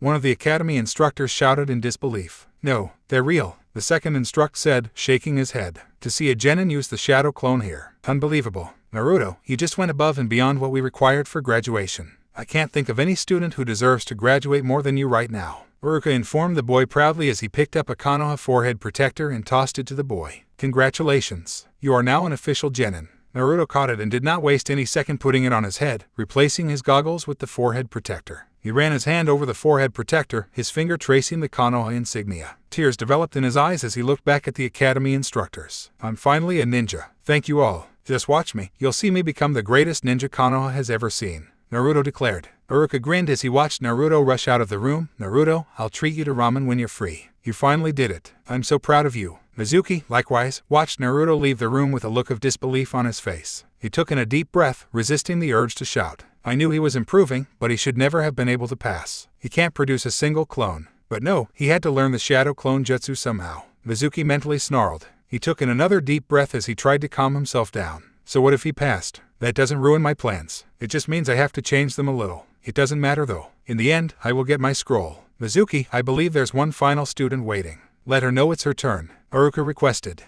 Understood. Mizuki nodded his head as he walked over to the door. Since she's the last student of the day, do you all care if I excuse myself for the day? I had a prior arrangement with Tsubaki. Of course, we are basically wrapped up anyway. Iruka nodded his head, smiling to his friend. Tell her I say hi. Mizuki wordlessly waved goodbye to his colleagues, his mind trying to piece together a new plan. Naturally, his surname starts with a U means we have to wait until basically the entire class is done, Shikamaru said, sighing. Hinata frowned in response. Don't complain too much, Shikamaru-kun. Sasuke-san just left, so Naruto-kun must be close to done. The two friends stood outside the academy entrance, waiting as patiently as they could for Naruto to finish his exam. Both were wearing their new Konoha forehead protectors, Hinata around her neck and Shikamaru tied around his left arm. The majority of the students had long gone, having left with family, friends, or on their own accord. Even Choji had left, as just as the Akamichi had mentioned, his mother and father had met him to pick him up and bring him to his graduation feast. Only a few students were still there, waiting for their family to come and meet with them. Minutes continued to pass as Shikamaru and Hinata continued to wait together. Shikamaru yawned and laid his head down to take a nap.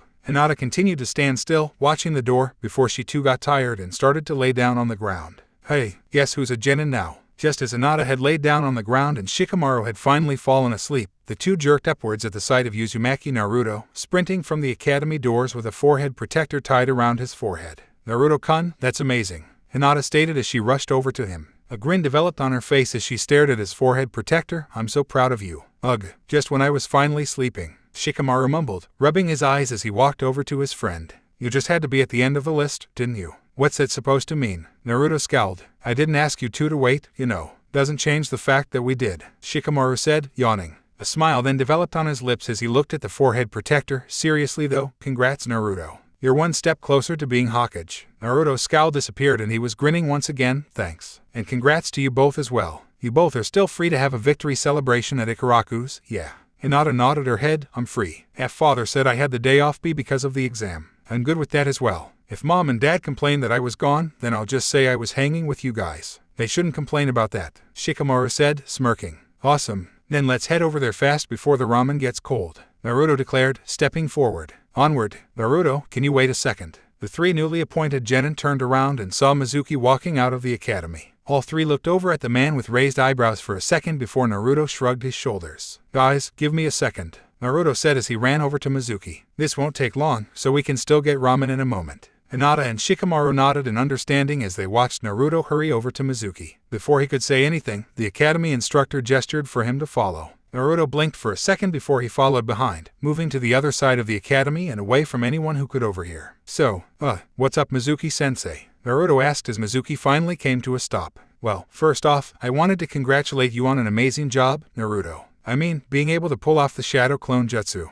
That's beyond impressive, Mizuki informed him, smiling. You'll have a bright future ahead of you if that's how you start your professional career as a ninja. Naruto's grin returned as he began to rub the back of his head sheepishly. Thanks a lot Mizuki-sensei. In fact, you impressed us enough that you were nominated for a secondary exam we have here, Mizuki said, his smile widening. Naruto blinked in confusion.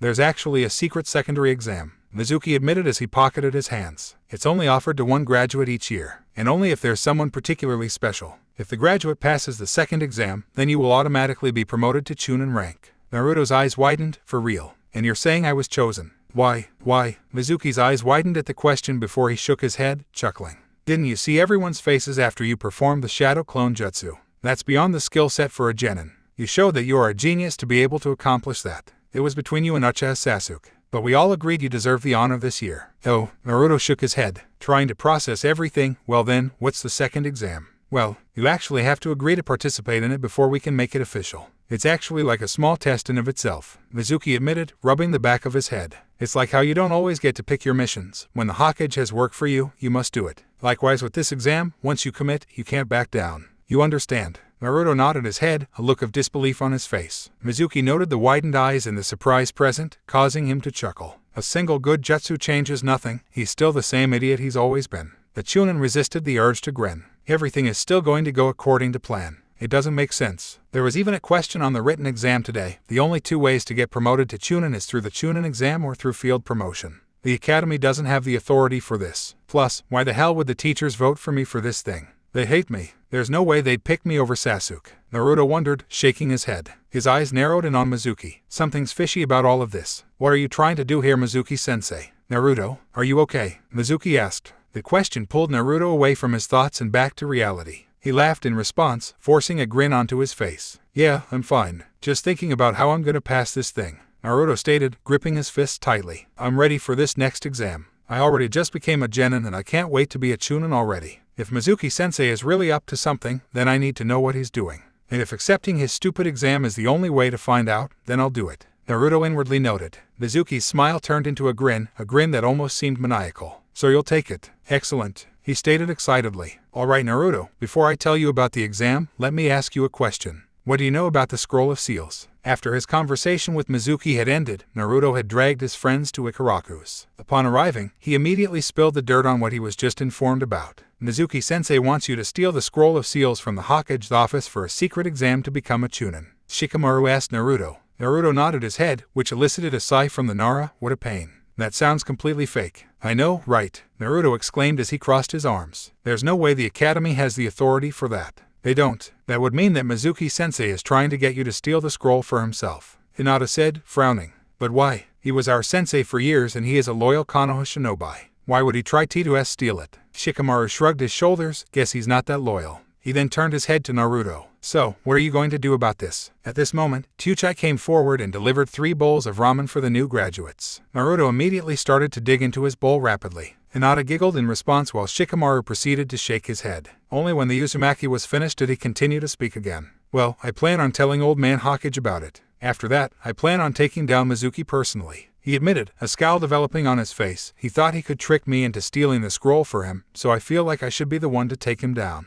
But Naruto-kun, that would be dangerous. Hinata spoke up, her frown deepening. Why you shouldn't go alone? She's right, Mizuki's a chunin. You may be a ninja now, but on paper, he should be able to defeat you easily if you fought on your own, Shikamaru added. Naruto rubbed the back of his head, his scowl shifting into a frown. I guess I could ask the old man if he has anyone willing to assist me. But I personally want to take down the guy, so hopefully they won't interfere too much. Why not let us help? The Hyuga asked. Naruto blinked, staring blankly at Hinata. Hinata blushed a little at having her crush's attention so focused directly on her. She tried to speak, but no words came out. She then looked downward, her ramen bowl seeming more interesting than ever before. Why do you want to help out, Hinata? You said it yourself, it's going to be dangerous, Naruto asked. After his question, she pulled her eyes away from her food and looked up at him. She took a deep breath before she looked at him with determination present in her eyes. Mizuki-sensei may be a chunin and stronger than us individually, but if we all fought him together, we could take him out ourselves. We would just need to use teamwork, she answered. She then clapped her hands together. Please Naruto-kun, don't fight him on your own. We can help you. Naruto continued to stare at his friend in surprise for a few seconds, which only caused her to frown.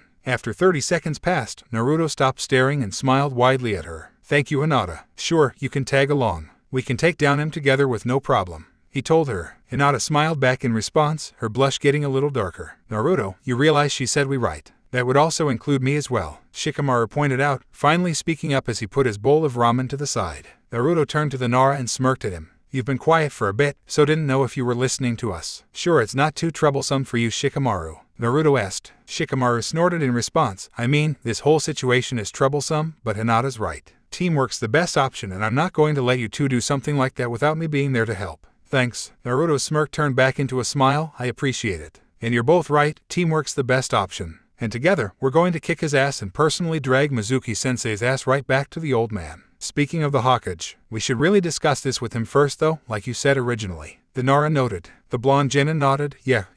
Well, we can't waste any time. We have to hurry and talk with him, cause it's going to get closer to time for me to meet up with that lying sensei. The 3 new graduates paid for their meal, thanked Tuchai, and hurried over to the Hokage Tower, ready to talk to the Hokage about their plan. Mizuki could not hide his grin as he rushed through the forests around Konohagakure, looking for the meeting point. Everything was going according to plan and he was one step closer to being done with Konoha. In the end, it really didn't matter if the brat passed or not, I still convinced him to steal the scroll. In the end, that demon brat is still too naive to be a proper shinobi, he noted, chuckling to himself. I still convinced him to steal the scroll for me. Now, to collect my prize. The Chunin did have a slight concern that Naruto could deny the request, as his original plan mostly relied on capitalizing on Naruto's desperation to become a genin, using that to make him go against any better judgment. He was relieved to hear the boy still stupidly believed his lie about promoting him to a chunin. Everything was going according to plan. All that was left to do was meet up with Naruto, take the scroll from him, possibly kill him, and head off to Otagakure. Mizuki continued to move through the forests around Konoha, searching for the clearing he told the boy earlier. After a few minutes of searching, the white-haired chunin found him at the meeting spot, holding a large scroll.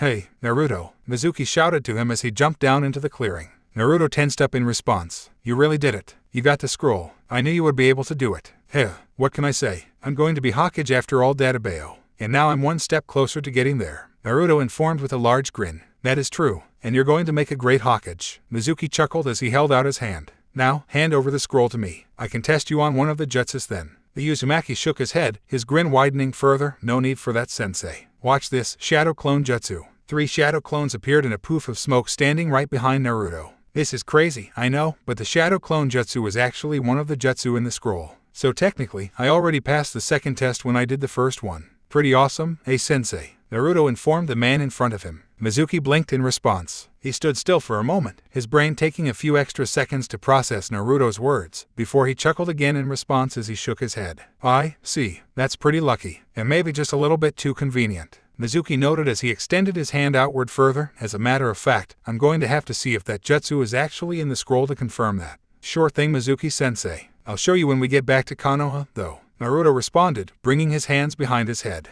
"It's getting kind of late, and any longer and the Hokage might actually start to need his scroll back, you know." Mizuki's eye twitched. He took in a deep breath, trying to think of an appropriate response to the boy's statement. The response he chose was to reach for the Fuma Shuriken attached to his back. "Hand the scroll over to me now," Mizuki shouted. "Yep, we were right about all of this." Naruto bit his lip, resisting the urge to smirk. Instead, he brought his hands directly in front of his face defensively. "What's going on, Mizuki-sensei? Hell, let's just get back to Konoha, and I'll show you the scroll there. Haven't figured it out yet, Naruto? Well, then let me spell it out to you. There is no Chunin graduation exam," Mizuki shouted, spinning the shuriken in his hand in a clockwise fashion. "What you did was help me steal the scroll. And now, you're going to hand it over, or else you're going to die right here." Before Naruto could even reply to his threat, Mizuki chucked the shuriken forward, causing it to fly directly at Naruto's body. "Say goodbye, brat." To his surprise, the scared, nervous Naruto steadied himself and jumped out of the way of the giant shuriken. He then tossed his own, smaller shuriken at the Chunin. "What?" Mizuki's eyes widened as he jumped away, avoiding the blonde's weapons. That reaction time makes no sense. He should have been too shocked and scared to react. What the hell? Once again, to the Chunin's surprise, more shuriken flew at him at different angles from the forest. The white-haired man jumped out as quickly as he could but managed to still get hit by one shuriken in his side.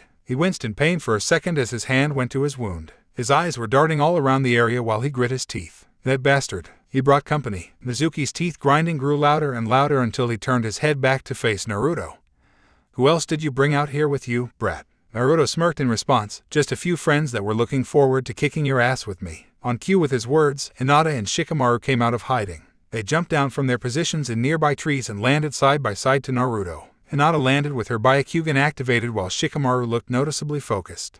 "So that's how you went about this, huh?" The traitor mumbled in anger. "You've been playing with me this whole time, haven't you? This is awesome game to you. This is how you treat someone who said they'd promote you. Just drop it, Mizuki," Naruto shouted back, his eyes narrowing on the Chunin. "There was something fishy with your offer, and you even admitted that you had no intention of promoting me. This was a setup for me, so I'm just turning the tables on you. And I have some backup with me to make sure you get rightfully taken down." Mizuki's eyes moved from Naruto to Hinata to Shikamaru. He continued to grind his teeth while he tried to take a deep breath. "Relax, Mizuki. It's just 3 genin. You can easily kill all 3 of them. Just calm down and focus." As he took another deep breath, his eyes widened as an idea came across to them. "Or, why don't I try and have some fun when I kill them? Turn them against one another and then pick them off." "Brought your best friends with you, I see. Your best friends in the whole village, huh? Your only friends," Mizuki noted, chuckling. The genin's eyes narrowed in response, but before they could react, he continued to speak. "But maybe they wouldn't be your friend if they knew the full truth about everything." He then brought his hand to his chin in exaggerated thought.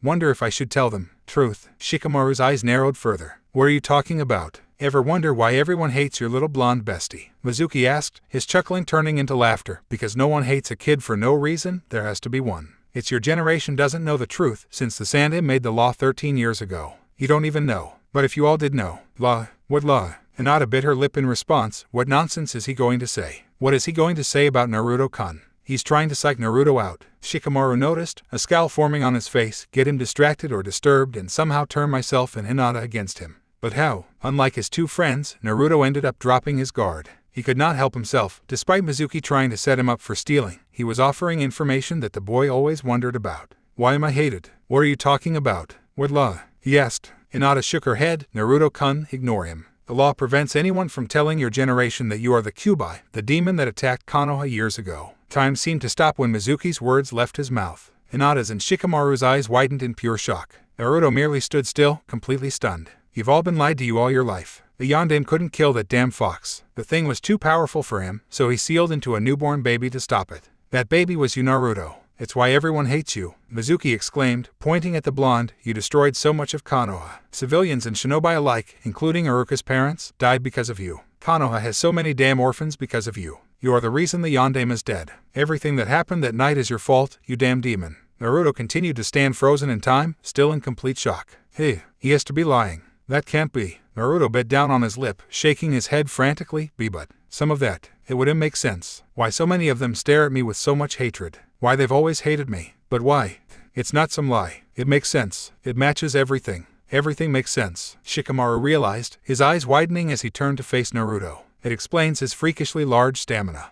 It helps explains Naruto-kun's insane amount of chakra. Hinata realized as she turned to stare at the blonde. Why he gets singled out by the teachers and glared at. Why he grew up alone. Why he is so hated. The two kids reached the same conclusion. The two kids turned their heads toward Naruto and stared at him for a second. Any fear or ill feelings that could have been within the two were completely eliminated the second they looked at him. Naruto-kun, you were treated so badly by the people around you and you had to deal with the fox within you. And you still wanted to be Hokage. You still wanted to fight and defend these people. To earn their respect. Naruto-kun, you are truly amazing. Hinata felt new feelings for her crush. She felt even more pride in him, more awed by his kindness and strength, and something more, something she didn't know how to describe. He should hate everyone in Konoha for everything they've done to him. And he doesn't. As a matter of fact, he actually wants to change their minds. Naruto, you are one of a kind, Shikamaru noted with a slight smirk. Naruto didn't take the news in any way like his friends. The boy continued to stand completely still. They really do deserve to hate me. Everything's my fault. I'm just a monster. He reached his conclusion. Now that the truth is out, I'm sure you all won't mind when I remove this monster from the world. Good night, demon, Mizuki shouted as he took his second Fuma Shuriken and tossed it at Naruto. The Uzumaki boy continued to stand still in shock as he stared at the oncoming Shuriken. Naruto-kun, Hinata called out. Move, damn it, Shikamaru shouted as he made a hand sign, Shadow Possession Jutsu. Shikamaru's shadow rushed for Naruto's body. As quickly as it connected, Shikamaru ran to his right, forcing the Uzumaki to move as well. Naruto's eyes widened as Shikamaru forced him away from the Fuma Shuriken just in time. His eyes widened further as Hinata jumped in front of them, pulling out a kunai.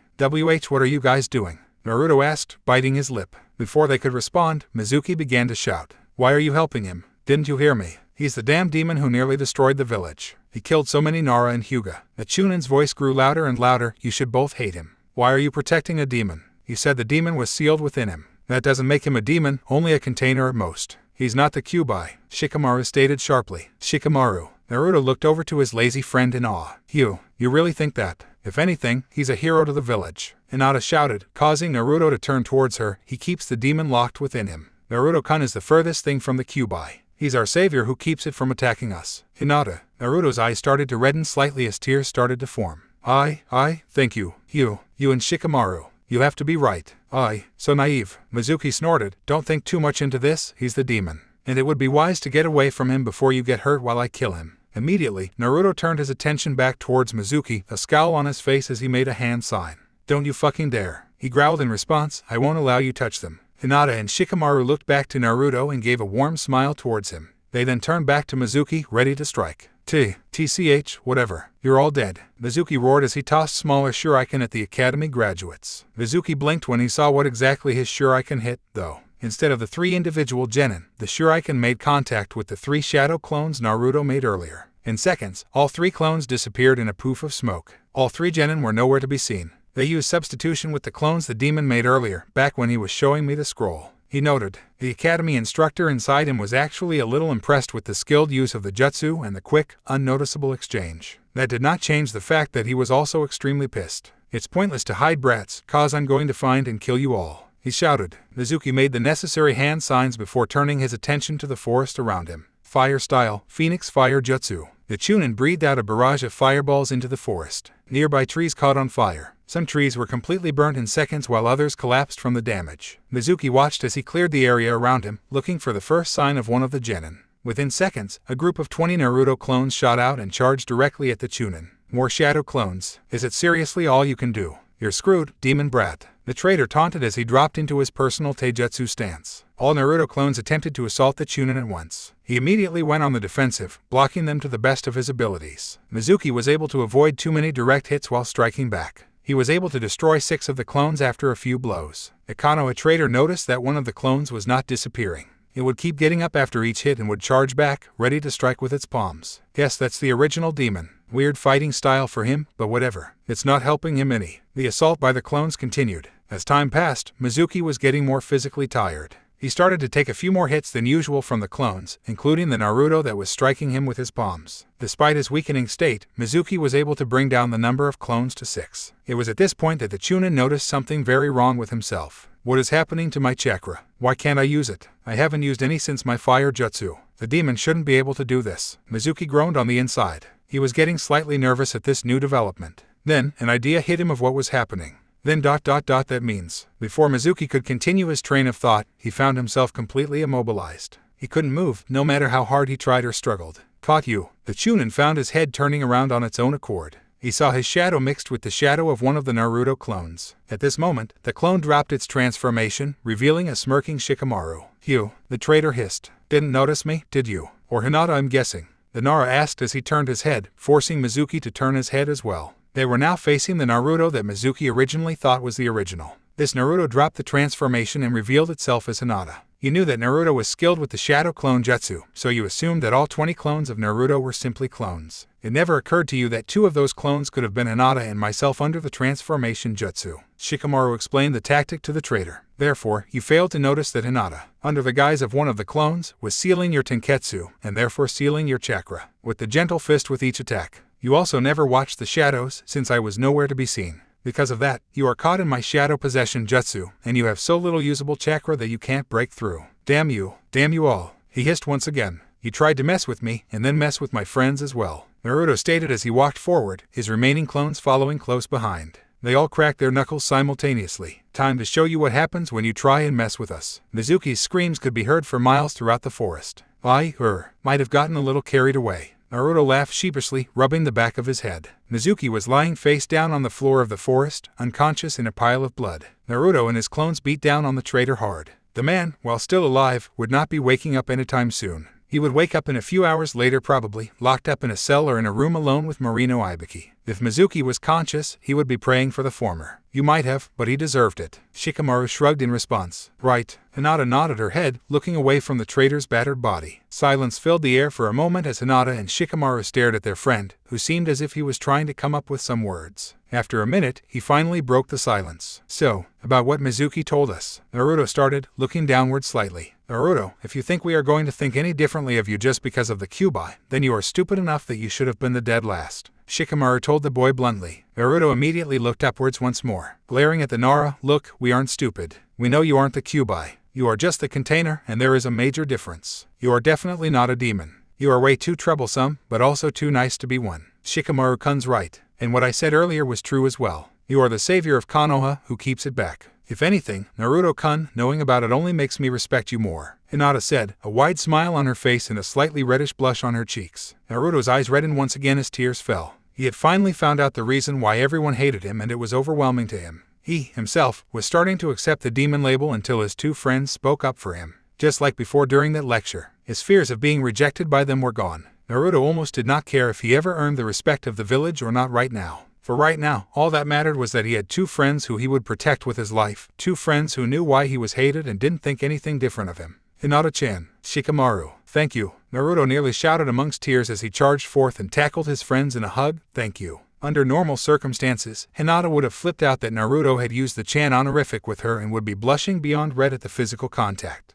She probably would have passed out. Under normal circumstances, Shikamaru would be complaining that he was having trouble breathing in Naruto's hold. He would struggle to get out and complain about his friend being troublesome. These were not normal circumstances. However, the 2 simply returned their friend's hug, giving him a warm smile. It was almost ironic. Mizuki's attempts to divide the group apart ended up bringing them closer to each other than ever before. Saruto by Hiruzen smiled as he stared into his crystal ball. After Naruto and his friends came in and told about Mizuki's plan, he had kept careful observation of the 3. He had felt some wariness with allowing 3 newly graduated students from the academy to take on a traitorous Chunin shinobi, but he also felt confidence that they could handle it. Something within him told him that the three would be fine. Just like he predicted, the kids were fine. They were now heading towards Konoha, holding on to Mizuki's body, who was going to be delivered to the first Konoha shinobi they could find. The kids succeeded in their mission. More than just succeeded, Hiruzen noted with a chuckle. The three genin demonstrated great teamwork with each other. Hinata and Shikamaru went out of their way to save Naruto's life, and the three were able to overwhelm Mizuki with great teamwork, such as the strategy utilized with Naruto's clones and Hinata's and Shikamaru's transformations. They complemented each other well and were able to take down a ninja with more skill than them. The Sandman was also pleased when he realized that Hinata and Shikamaru did not treat Naruto differently when Mizuki revealed the news of the Kyuubi. Sarutobi, although a rather smart man with great foresight, failed to predict that Mizuki would reveal the information about the demon to the kids in desperation. For a few seconds, the old man was rather nervous and was tempted to head out there himself to end the man's life before any damage was done. Thankfully, Hinata and Shikamaru took the news very well and actually praised Naruto for being able to be the container. They helped Naruto handle the information as well and not let him get overwhelmed by it. They truly went above any expectations. They were perfect. They worked well together, Hiruzen noted with a smile. They really should be a genin team, the three of them together. Teamwork like that is so rare to find in kids so young. It could only get better and stronger as they grow older. I can't separate them, Hiruzen thought. Perhaps Shikaku was right after all. The Sandman sighed. It would mean more paperwork. It would maybe take a little while to explain to anyone who already knew his original plans. Nevertheless, he knew something now and he was going to go by it. Naruto, Hinata, and Shikamaru had great teamwork together and needed to be on the same team. Although, now I have to think of a sensei for them too, Hiruzen realized with a frown as well. Hiruzen started making notes of the jonin available to be a sensei. Kakashi would probably be an excellent choice due to his love for teamwork. However, the Hokage felt that Kakashi should train Sasuke in order to work with the Sharingan once it becomes activated. Asuma and Kurenai would also be perfect senseis for Shikamaru and Hinata respectively, but not for the other. Asuma's bluntness and his overall behavior would probably intimidate Hinata, while Kurenai would not have the patience to effectively train Shikamaru. I suppose none of those three, the Hokage thought to himself, who is currently available.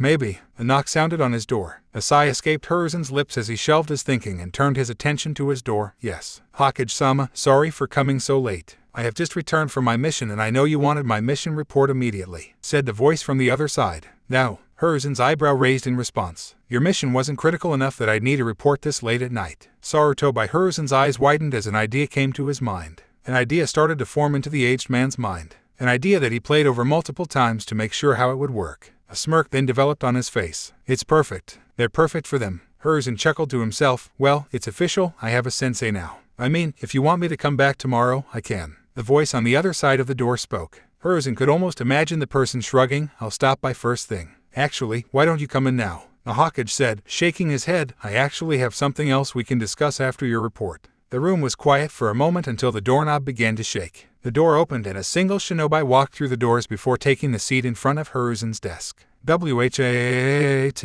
A loud scream awakened many people living in Konoha. Anyone with good ears could piece out that the scream came from the Hokage tower. All of them had to wonder though, who could have caused such a scream and why were they screaming? From this day forward, you are all genin of Konoha. As one of your academy teachers, I just want to let you all know how proud I am of you. Haruka admitted to the class with a smile on his face. You've all done excellent in your studies and training. I believe with all my heart that this may be one of the finest classes Konoha has ever produced, and I can't wait to see what extraordinary shinobi you all become. Nearly every student in the classroom smiled at their now former sensei's words. Naruto was grinning more than anyone else, however. Finally, I really am a ninja now. Finally, he thought to himself excitedly. Now, I'm going to start reading off the team names. Pay attention carefully, cause I will not repeat. Haruka informed everyone. Now, Team 1. Everyone tried hard to pay attention to Haruka's words. It proved too difficult, however, to listen to every name that was called. Everyone seemed to only notice when their name was called or when their friends were called. Now Team 3. Haruka continued reading. Uzumaki Naruto. Naruto lifted up his head and started to pay attention. Hyuga Hinata. The Chunin continued. Yes, Naruto cheered inwardly, grinning even larger. I at least got one of my friends on my team. And it's Hinata of all people. This is amazing Databeo. Hinata's thoughts were less coherent, but even more excited. Naruto-kun and I are on the same team. Naruto-kun and I are on the same team. He's on my team. Her mind repeated the same words over and over again, each time getting faster and louder. Her thoughts were a strong contrast to her outward reaction, which was merely a silent, but large, smile and a rather red blush. And Nara Shikamaru. Haruka concluded. Hell yeah. Naruto couldn't hold in his thoughts any longer. The top 3 shinobi here. We are so going to kick ass. Naruto Baka, shut up. Some of us are trying to concentrate here, Sakura shouted, not trying to hide her annoyance. Naruto really didn't care that she insulted him, he was just too happy. He was on a team with Hinata and Shikamaru. This was everything he had hoped for. We really are going to be the best damn team in Konoha Databeo. Hinata, too, was pleased at this revelation. Although she was still more excited about being partnered up with Naruto, she really did like Shikamaru. He became a great and important friend to her and their friendship was growing each day. She was excited to know that he would be joining her and Naruto on the same team. Shikamaru, although pleased, was very shocked at the team's reveal. I could have sworn they would have put me on a team with Choji and Ino. Our parents' teamwork was legendary and our parents even mentioned talking to Hokage-sama about purposely recreating the team through us. Not that I'm going to complain, I work well with Naruto and Hinata. Just wondering what could have changed his mind. When the classroom got quiet again, Iruka continued reading names. Naruto failed to pay attention until his sensei got to Team 7. Team 7, Inuzuka Kiba, Haruno Sakura, Uchiha Sasuke. He read off. Sakura's scream of joy could have been heard a mile from the academy. Ino's roar and disapproval could be heard just as far. The prick and the fangirl. Just my frickin' luck. Kiba groaned loudly. Once again, Iruka waited for class to quiet down before he continued to read. Naruto, once again, failed to pay attention to his names. He only paid attention to the last team Iruka read off. Team 10, Yamanaka Ino, Akamichi Kauji, and Aburame Shino. Iruka concluded. What the hell? Not only am I not with Sasuke-kun, but I'm put with Food Boy and Bug Boy. Ino complained loudly. She couldn't believe that these team assignments happened. Choji, Shikamaru mumbled sadly, turning to face his best friend sitting next to him. Choji gave his friend a sad smile. He was happy that Shikamaru got to be on a team with their other friends, but Choji was a little upset he didn't get to be with him. He was also saddened that he didn't get to be with anyone he considered a friend with as well. It also hurt that Ino was complaining about being on the same team with him. I'm sorry Choji-kun. Hinata apologized to him, noticing his discomfort. Yeah, I really wish we could be a four-man squad, Naruto added, frowning as well. He was originally so happy about his team, but he felt bad now knowing that Choji was left out and on a team that he wasn't going to like. No, it's okay, Choji told them all. He stayed quiet for a second before coming up with a silver lining. You know, Shino's kind of quiet. He might be really nice when I get him to talk. He probably is. Maybe you can get him to join our group, Naruto declared, his frown turning upwards. Choji was right, in his mind. Shino could be a pretty cool guy, and it would be nice to have another friend to hang with. Shino-san is polite, Hinata told him, and smart. He probably rivals you Shikamaru, the blonde added, taunting his friend. The Nara shrugged in response before turning his attention back to Choji. You want to meet up after all of this? Cloud watching or something? He asked. Choji's smile turned more genuine again. He knew that being separated from his friends wasn't going to end their friendship. Shikamaru's offer reminded him of that. The Akamichi heir nodded in response, accepting his friend's invitation. Iruka, after a verbal spar with Ino, quieted down the classroom with a cough. Well, now that you all know your teams, you are free to take an hour break for lunch. You will come back here to meet up with your Jonin-sensei. You are dismissed for now, Iruka informed the students. All of the academy graduates nodded in response to their sensei's words. They all immediately got up and started to walk out of the room. Don't leave just yet, you little brats. A voice called out to them. All students turned around and faced the front. They turned around in time to see a black banner fly through one of the academy windows. When the banner reached the center of the room, a figure jumped out and threw kunai at its edges, pinning it to the floor and the ceiling. The entire banner could now be seen, and the words "the sexiest and strongest sensei in all of Konoha" could be read on it. In front of the banner was the figure. She was a purple-haired woman who tied her hair up in a spiky ponytail. She was wearing a large tan coat over a fishnet undershirt and an orange skirt. She also had a pendant worn around her neck and was also wearing shin guards. You're all looking at the sensei to Team 3, Mitarashi Anko. The woman introduced herself to everyone, a large, almost insane grin on her face. Now, Uzumaki Naruto, Hyuga Hinata, and Nara Shikamaru. Come here. We will begin our meeting and discuss protocol. Let's go. The room fell into a deathly silence. Pretty much every student was gawking at the woman standing in front of them in surprise, annoyance, or fear. Hinata couldn't help but fall in the last category. She's ...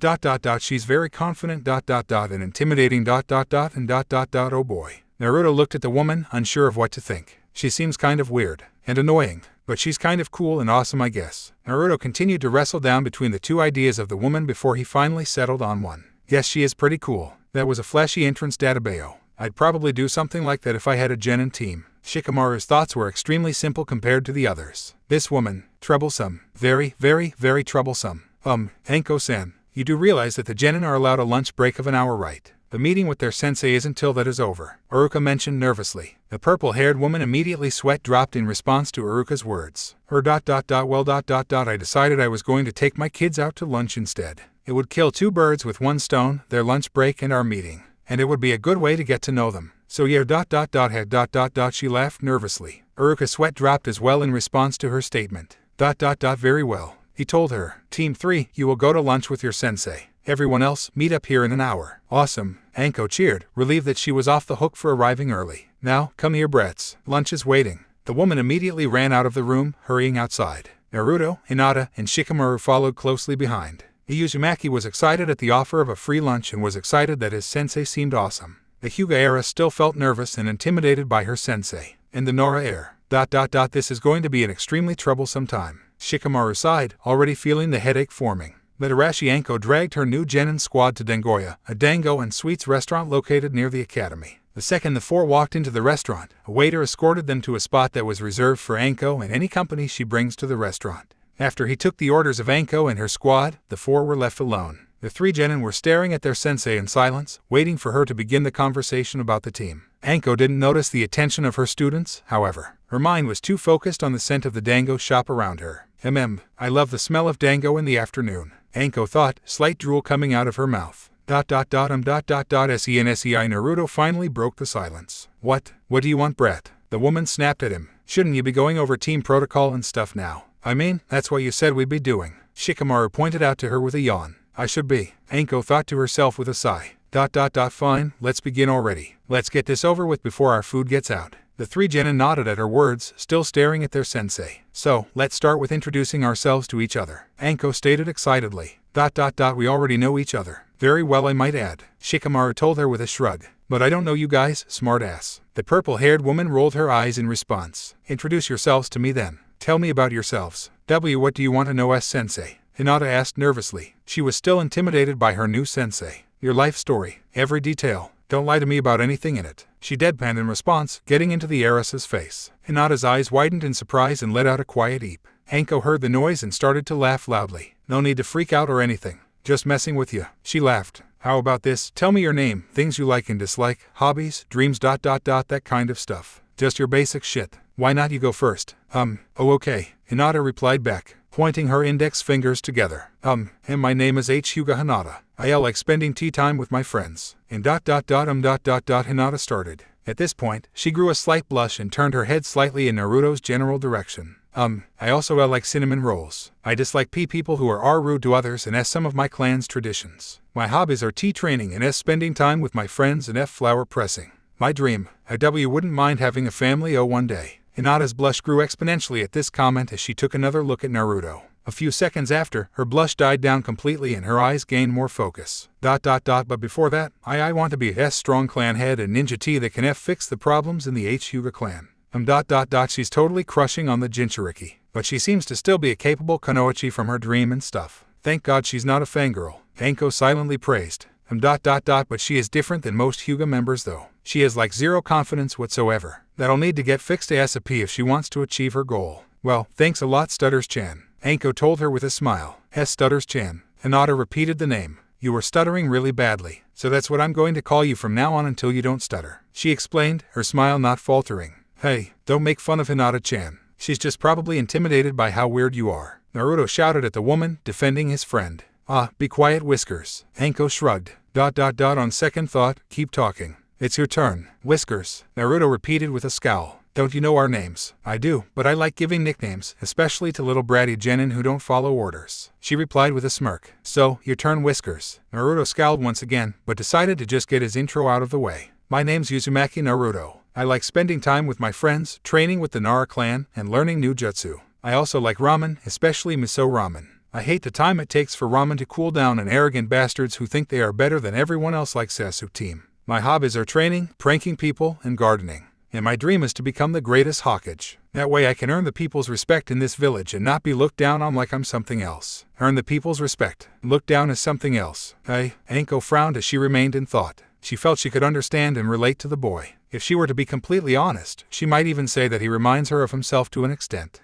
I'll probably have a one-on-one conversation with him at some point about some things if I end up becoming his sensei. Thanks, Anko replied after shaking herself from her thoughts. She then turned to the final kid. Now you, Shikamaru sighed in complaint, giving no response.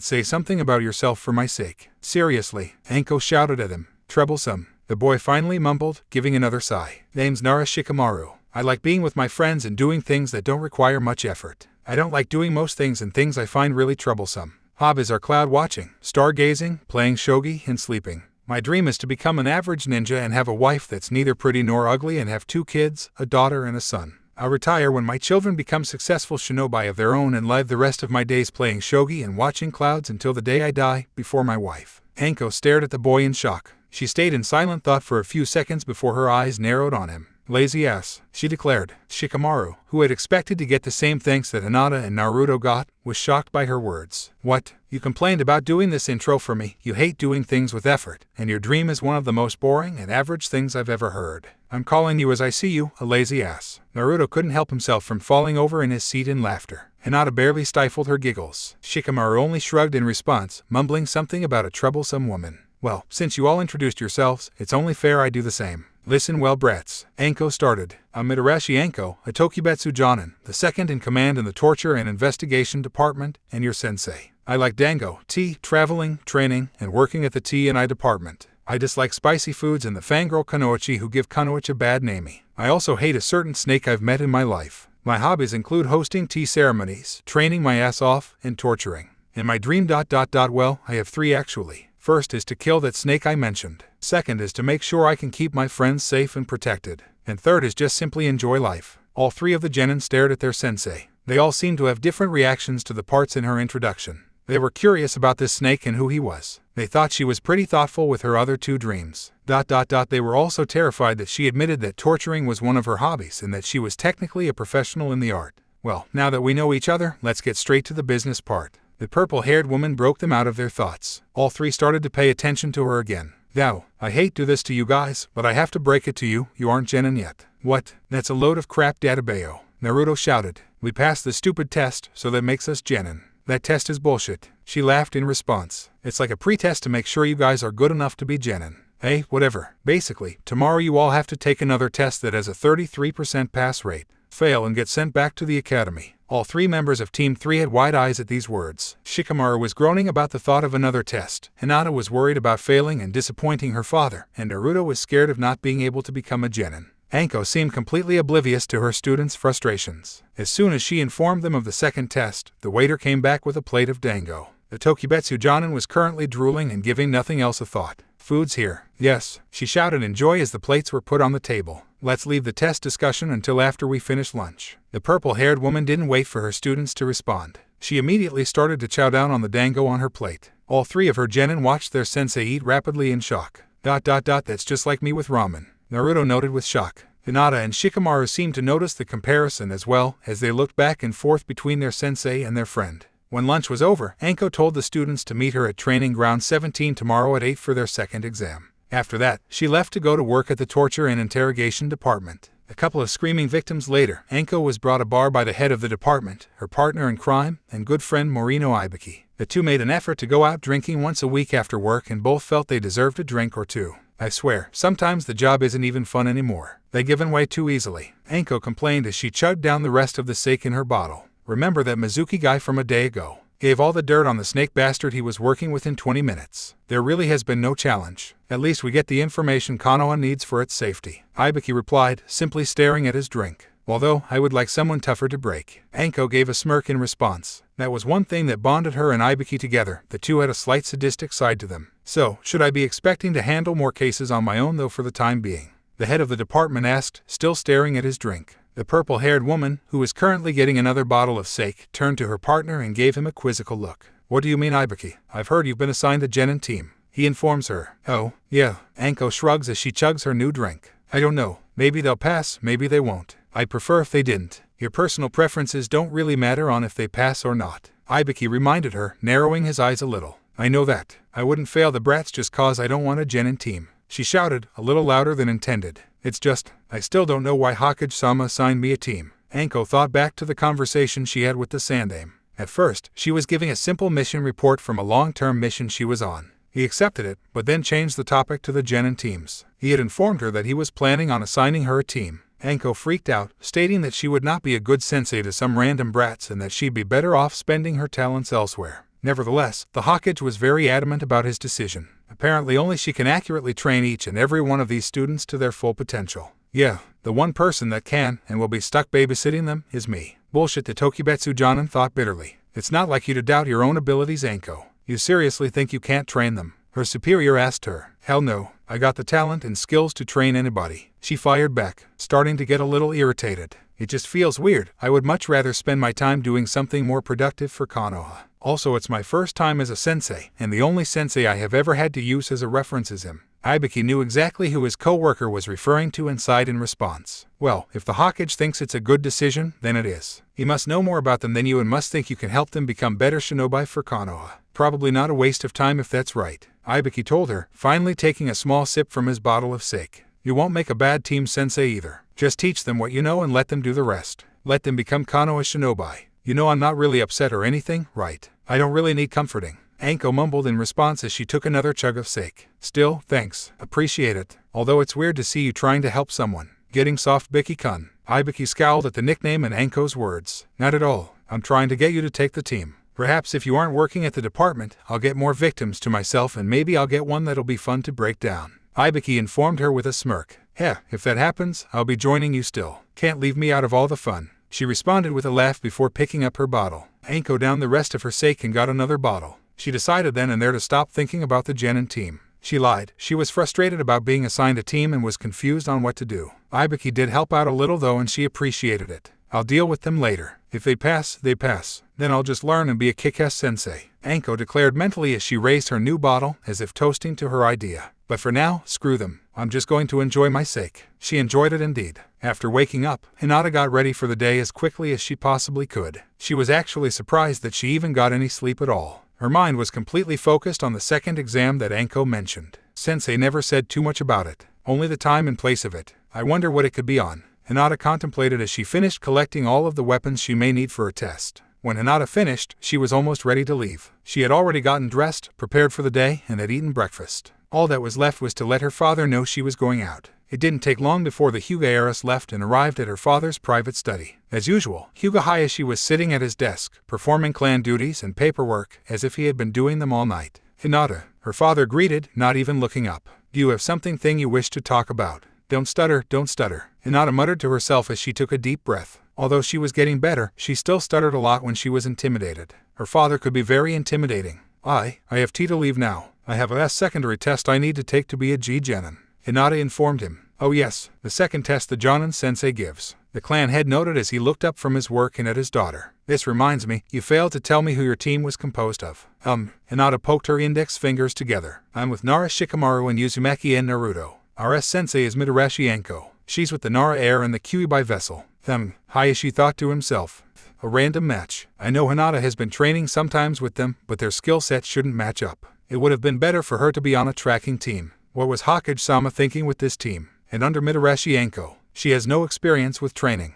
I see, he said aloud, not voicing most of his negative thoughts. Our exam is soon. May I be dismissed? Hinata asked. You may. Make sure to perform up to the Hyuga standards today, Hinata. Do not disappoint and fail the test. Hayashi informed her in a cold tone.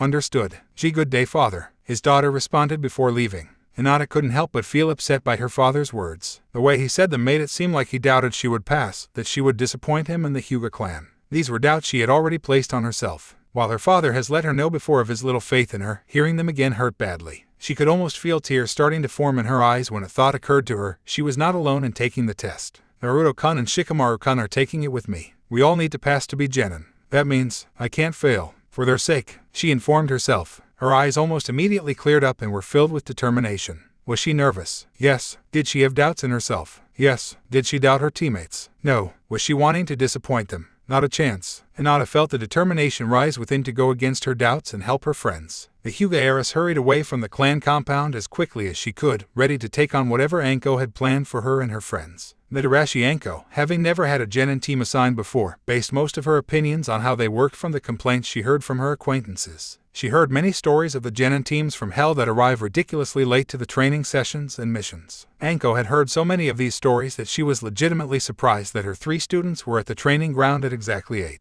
Oh, looky here. You all are on time, Anko noted happily. That's good. I was afraid that at least lazy ass would be showing up late, cause he didn't want to get out of bed this morning. Naruto cracked up once more. Hinata didn't even try and hide her giggles. Shikamaru merely scowled in response. Sensei, are you going to let us know what the test is now? Hinata asked when she stopped giggling. Oh, and you all are focused too and don't waste time. I like that, the Tokibetsu Jonin declared with a laugh. So, you all ready for this thing? All three kids nodded in response, with Hinata being the first one to nod. Okay. So basically, it's a survival training test. We are going to fight, the three of you against me, Anko told them. Naruto, Hinata, and Shikamaru all looked at their sensei with wide eyes. Basically, I'm going to evaluate your skills and such through combat. We'll continue until I make a decision whether you guys should pass or not, she told them, cutting off any questions. To pass, there's only two things you guys have to do. The first thing is impress me. Don't hold back and show me what you are all capable of as Konoha Shinobi. And you all better damn well be coming at me with the intent to kill, or I guarantee you'll fail. The three graduates nodded in understanding. What's the second? Hinata asked. Survive. The Tokibetsu Jonin deadpanned. The woman allowed some killing intent to be released with her words. All three genin had wide eyes at the feeling of her killing intent. It felt like nothing they had ever experienced, even during the fight with Mizuki. Anko noticed their reaction and burst into laughter. Oh come on, don't get all scared on me yet, brats. This isn't even near half the killing intent I'm capable of releasing, and this is also nowhere near the type you can feel on a battlefield, she said in between her laughter. She took a few seconds trying to compose herself before she spoke again, this time with a much more serious tone. So, are you all ready to begin?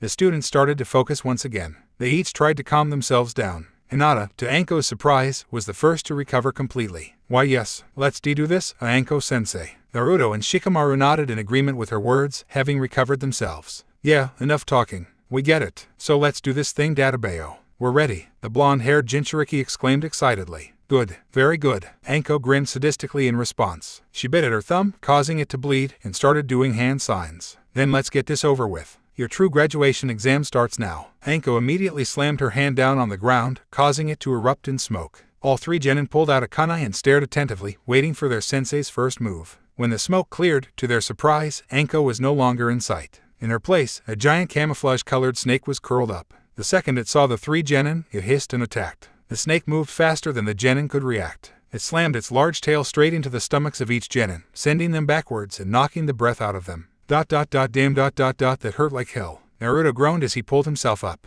Well, what were you expecting? We're going up against a Jonin after all, Shikamaru said, still out of breath, as he pulled himself up. He kept his eyes on the approaching snake. We need to be more careful, Hinata added quietly, getting up herself. The snake, seeing that the kids were starting to recover, struck again with its massive tail. This time, however, the genin had the chance to react. They activated the substitution jutsu in time, replacing themselves with nearby logs. They then moved further into the surrounding forest around the training ground, creating distance between them and the snake. Hinata took the time to activate her Byakugan to keep her eyes on the snake. The snake is trying to find our scent. It'll probably be here and soon, maybe a minute or two, Hinata noted, still focusing on the snake to see its movements. Just enough time to set up a trap, Naruto stated excitedly before turning to Shikamaru. You still have exploding tags on you, right, Shikamaru? Shikamaru nodded in response as he pulled out a few tags. The Nara, after a conversation with his parents, realized that explosive tags would be the perfect weapon for him to increase his offense plans. Explosive tags were a strong offensive weapon, but also were a tactical weapon. They could be used in a variety of methods as traps or to set enemies into a deeper trap. Shikamaru grew attached to such a weapon and offensive strategy. Naruto was about to speak again about a strategy but was cut off by his lazy friend. I'll set up tags for when the snake comes after us. We just need to lead into the trap and then I'll activate the tags. After that, we just pound on it until it's taken out. HMPH. It'll do, Naruto grumbled. Truthfully, his plan was pretty much identical to his genius friend. He was just irritated that his friend got to voice it first. It'll work. Good thinking, Shikamaru-kun, Hinata informed her friend. We should get them set up quickly. The snake seems to have found our scent. It's heading in our direction. Hinata's words caused Shikamaru to become completely focused. He sprung up quickly and immediately started scanning the surrounding area for the most opportune places to place his tags. He was able to set up 4 tags up in trees before he was interrupted by Hinata. It's here. It'll be out in the open in a second, Hinata shouted to her friend as she readied a kunai knife. Shikamaru immediately took out a kunai and waited in quiet as he waited for the first sign of movement from the snake. Naruto also made the hand sign for his favorite jutsu, the Shadow Clone Jutsu. The snake soon pulled into the area, hissing. As soon as it arrived, Naruto activated his jutsu and the area was soon filled with 15 clones. 5 of the clones immediately charged the snake while the others waited near one of the locations of Shikamaru's exploding tags. Hinata jumped down from her place up in the trees to join Naruto and his clones. The snake didn't waste a second to attack the approaching clones. It moved forward and slammed its head forward, hitting one of the clones and causing it to disappear. The clones attempted to physically attack through kicking when they got close enough, but failed to do too much damage. The snake slammed its tail after the first hit, eliminating 2 more clones. It then swallowed the 2 remaining clones after they got too close to its mouth. The snake then turned its attention to Hinata, Naruto, and his clones. Hinata and all Naruto started to toss kunai from their position, attacking from a distance. The giant snake took a few hits before it was able to squirm away and start approaching the genin, its mouth wide open. Naruto and Hinata jumped out of the way in time. 7 of the clones there, however, were unable to get away and were subsequently eaten. The snake proceeded to turn around to find its prey again, only to be attacked by Hinata and the remaining clones. Hinata was trying to push the snake further back towards the tree through her palm strikes while the clones were just piling damage with their fists.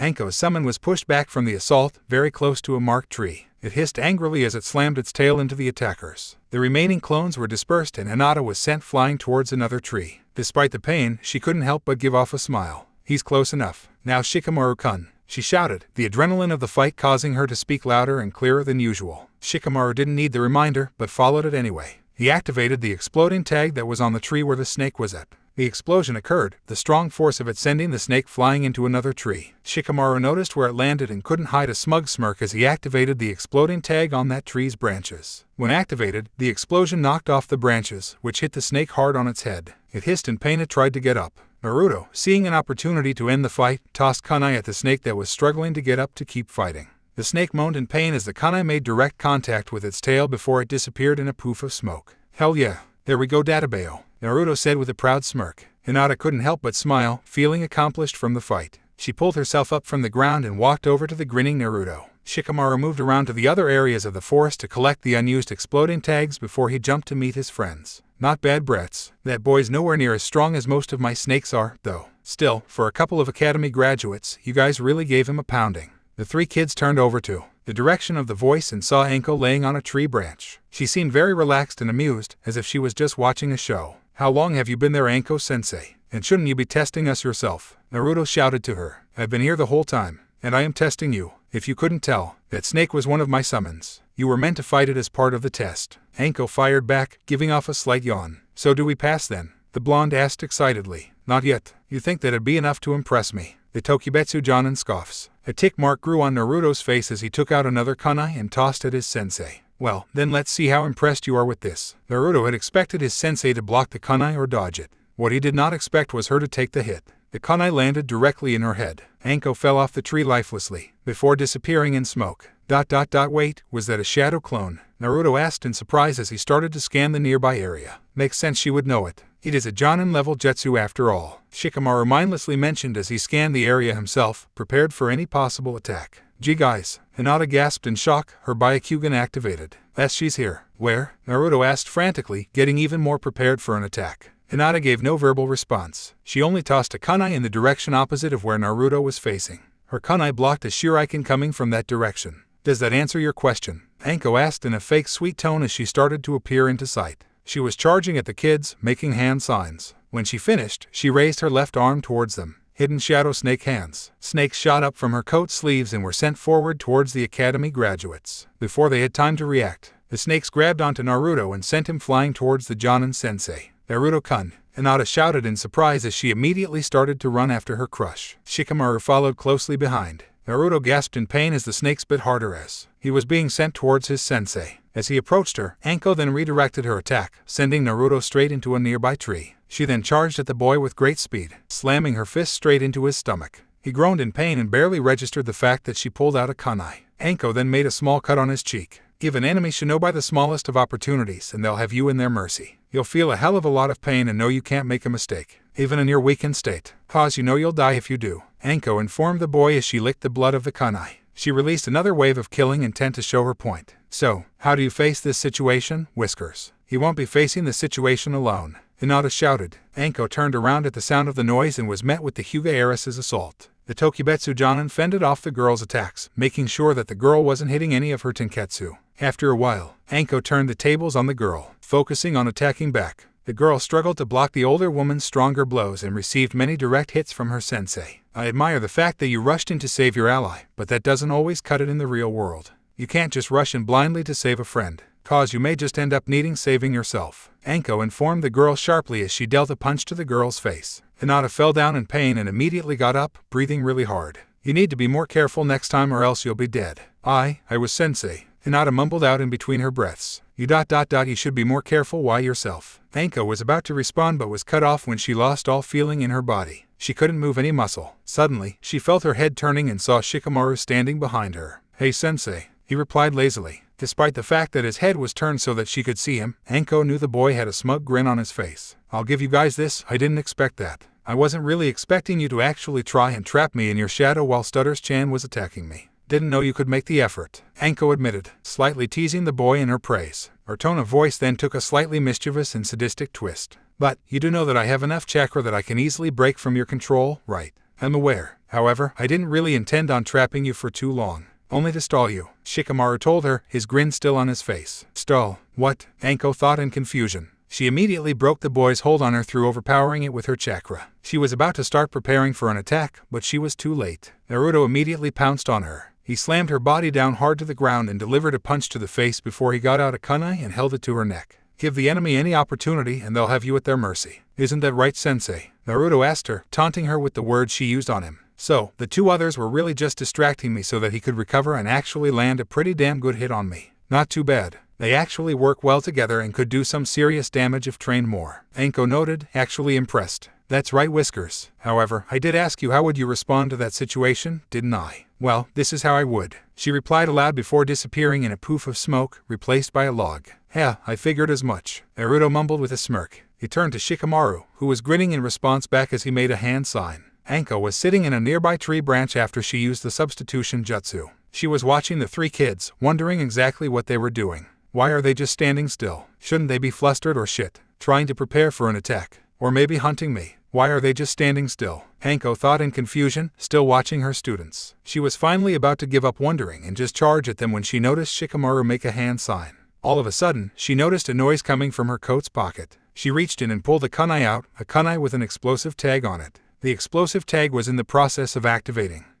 So when Whiskers was recovering while Stutters-chan attacked me, he got an explosive tag from Lazy Ass. He then put it on a kunai and slipped into my pocket when he hit me on the ground. Clever son of a bitch, Anko thought, impressed. The explosive tag went off, creating a large explosion in its place. Anko managed to get away, but took some damage on the right side of her body when escaping. That's another hit they got on me. I may not be giving near my full strength at all on them, but that's damn impressive. Even when going easy, I should still be too much of a match for most genin, Anko noted.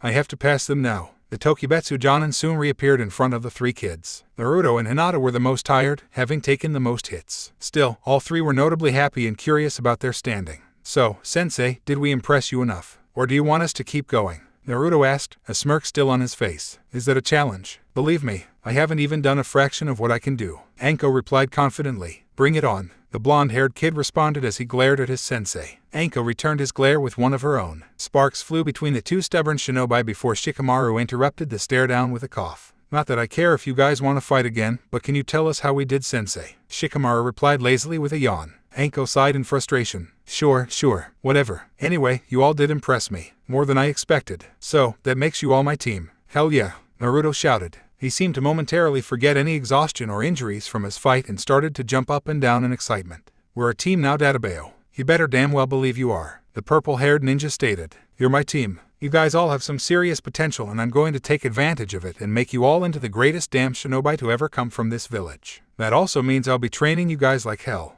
Good luck, brats. Anko chuckled inwardly, starting to plan the training. Anko's words only made Naruto jump even more in excitement. Her words also added some mood to his two teammates. Shikamaru had a pleased, happy smile on his face while Hinata seemed just as excited as her blonde friend, only she wasn't outwardly acting on it. So it's official. Nothing can change it. We're all a team together. I didn't let them down. Hinata cheered inwardly, her inner self doing backflips and jumping up and down even more excitedly than Naruto was doing now. Anko couldn't help but laugh as she looked at the genin. Just letting you guys know, you're dismissed for the day. We'll meet up here at 8 tomorrow morning and we will do that every day unless I say so. So, now, you guys are dismissed. The three genin bowed in response, thanked their sensei, and left together. They were probably going to celebrate the fact that they passed their exam. Midarashi Anko watched, as her genin squad was leaving. Inwardly, she was thinking 1,000 different thoughts a minute. She was having trouble deciding on exactly what she was feeling. On one hand, I'm pissed that they're going to take up a lot of my free time. I also wonder how good of a sensei I can be. But on the other hand, damn, they'll be kick-ass shinobi in the future. And I have to admit, they aren't that bad for brats. Anko thought, you know, I'll be excited and happy. Why the hell not? I just may like this thing. The Tokibetsu Jonin nodded to herself, finally deciding on how she felt about this whole thing. Anko was about to leave and head to go get some dango to celebrate this newfound realization when she remembered something. She immediately turned to face a nearby tree. You know, the brats are all gone. You can come out and stop hiding now, she called out. Nearly on cue with her words, a figure jumped out of the tree and landed right in front of it. The figure was a woman with long black hair and red eyes. She wore a white and red tight-fitting armor that resembled a blouse and had bandages over her hands. The woman greeted Anko with a wave and walked up to her. She responded back with a wave of her own. You've been there for a while, Kurenai. Don't you have your own kids to fail? Should you really be wasting too much time with me? The Tokibetsu Jonin asked with a laugh. Already did. The woman, Kurenai, said with a sigh. I had a team already planned out, but then Hokage-sama felt the need to change up my request. I got a different team instead, a team made up of kids who should never be made genin. The purple-haired woman noticed a hint of bitterness in her friend's voice. You know, I really am surprised that you passed your team, Kurenai admitted to her friend, a smile back on her face. Oh come on, I may not have been too excited about having a team. Hell, I'll admit to being pissed and complaining a lot, but I'm not gonna deny talent when I see it. There was no way I couldn't pass those brats. Anko replied back. Oh, I have no doubt you would see their talent. But still, I can't believe you actually passed a team. The red-eyed Jonin stated, stifling a giggle. You know what that means, right? What? Her friend replied nervously. She saw the smile and her struggling to hold back her laughter. Anko had a feeling she was not going to like whatever she was about to hear. Well, you just took up a team of new genin. Hope you have fun doing D-rank missions for a while. Kurenai informed her friend cheerfully before making a hand sign and disappearing through the shunshin. Anko blinked. She blinked twice, memories starting to fill her mind. Horrible memories from her time as a genin. All those hours, those boring hours, the painting, the babysitting, the grocery shopping, that damn cat. Anko's mind replayed various mental images of menial tasks around the image. The image of her chasing after a cat replayed multiple times. It was too much for the Tokibetsu Jonin. She lost her balance and fell to the ground, her eyes still filled with shock. No more meaningful missions, less time for torture, no more fun, more lame chores, more hours boredom, more time with that damn cat. Anko fumed within her head. Damn it, this is the last time I take up a frickin' genin team.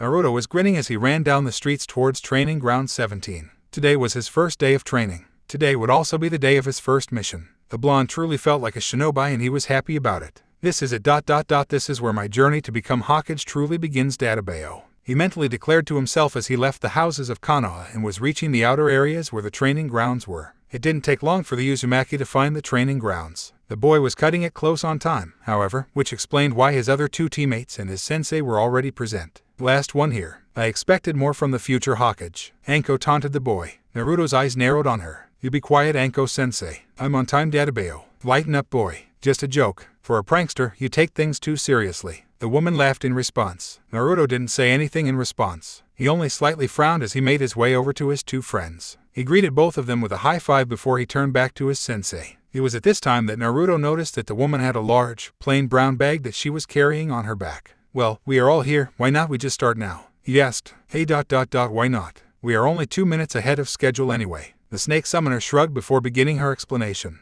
Okay, just giving you all a heads up, this is how our daily schedules will work. We start each day with a warm-up, which could take anywhere from 20 minutes to an hour, depending on my mood. After that, then I'll work on some group training work. This may include teamwork, chakra control, jutsus, weapons, etc. or really anything you all can be trained on as a team. Finally, after that, I'll make 2 shadow clones and then I, or my clones, will work directly one-on-one with each of you on specialized training. When that's all done, we will go to the Hokage Tower and see if there are any missions available. Is all of that understood? Yes, sensei. All 3 genin replied. Alright, now, before the warm-up and before I forget, take one of these. Anko informed her students as she gave them each a slip of paper. And what are these for, sensei? Naruto asked as he stared at his paper. Well, Whiskers, these chakra papers are for finding out your natural element. She responded with a smirk. Naruto's look of confusion morphed into one of excitement. Thanks to his last minute paying attention to Uruka's lessons, he remembered the discussion on nature affinities. He knew exactly what they were and he was excited. Just a heads up, I won't really be teaching you brats nature manipulation just yet. Anko informed them. But, I still want to do this for 2 reasons. For one, I can have it for a reference for later on. And 2, when I start teaching you guys jutsu, I know what type of jutsus will be easier and more effective for you all to learn. The Tokibetsu Jonin pulls out her own chakra paper and applies her chakra into. The paper immediately lights itself on fire and starts to burn. Whoa, Naruto gasps, staring wide-eyed at the fire. Pretty cool, huh? The purple-haired woman asks as she crushes the paper in her hand, putting out the fire. If it wasn't obvious, the burning and fire means I am a fire type. Naturally. But enough about me. This about you brats. Now ... put some chakra into your papers and let's find out your affinities. The three genin nodded and followed their sensei's request. Hinata was the first to have her paper react. Her paper was soaked, causing water to drip down the girl's hand. Water element. Nice, Anko informed her. Probably the most flexible and versatile element of all five. Great offense and defense, and it's good with short and long range. You've got a lot of things you can do with it, especially if you actually get good with it. Yep ...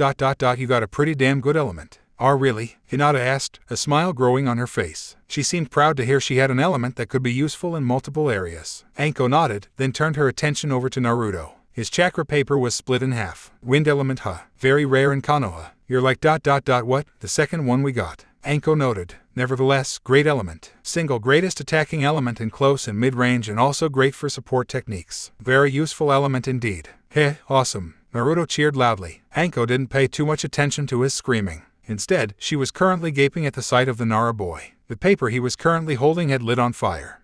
Really? Anko mumbled in disbelief. Of all three of you, Lazy Ass is the only one with my natural affinity. Really? Troublesome, Shikamaru simply stated as he stopped applying chakra and ended the fire. I'll just stick with my clan's shadow techniques. Oh no you don't, boy. If you have a fire affinity, I'll be working on that thing. Who knows, maybe I'll get you to be more active or something. The Tokibetsu Jonin informed him. She was now sporting a grin at how training with Shikamaru's fire affinity will go. The Nara was starting to grow nervous. Anyway, yeah, I just wanted to get that in for a reference for later, Anko stated, getting everyone's attention. Anyway, let's get to work with warm-ups. Let's begin. Yes, Anko-sensei. The three genin said in unison as they faced their sensei, ready to do any warm-up she had planned. What started off as a harmless, normal warm-up turned into a training session from hell for the genin. Naruto, Hinata, and Shikamaru laid on the ground, tired and panting while Anko stood above them, frowning.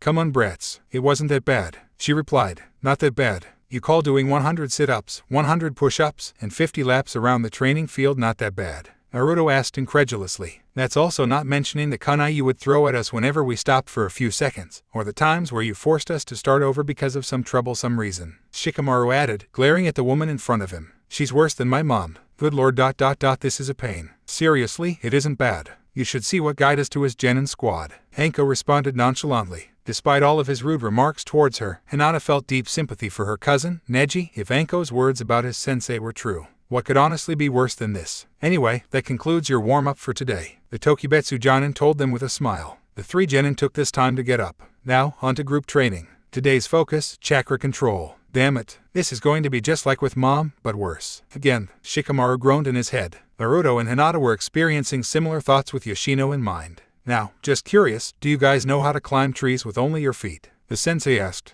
The genin nodded in response. Oh, I see. I'd take you to practice water walking, but there's no water here. Guess I'll have to do that later. For now, I'll just work on improving your tree walking. The snake summoner led the genin members of Team 3 towards the forest near the training grounds. She stood in front of 3 trees in particular. Okay, brats, today's lesson plan is this: climb up the trees and get to the branches. Then keep walking underneath the branches and hold your positions there, Anko ordered.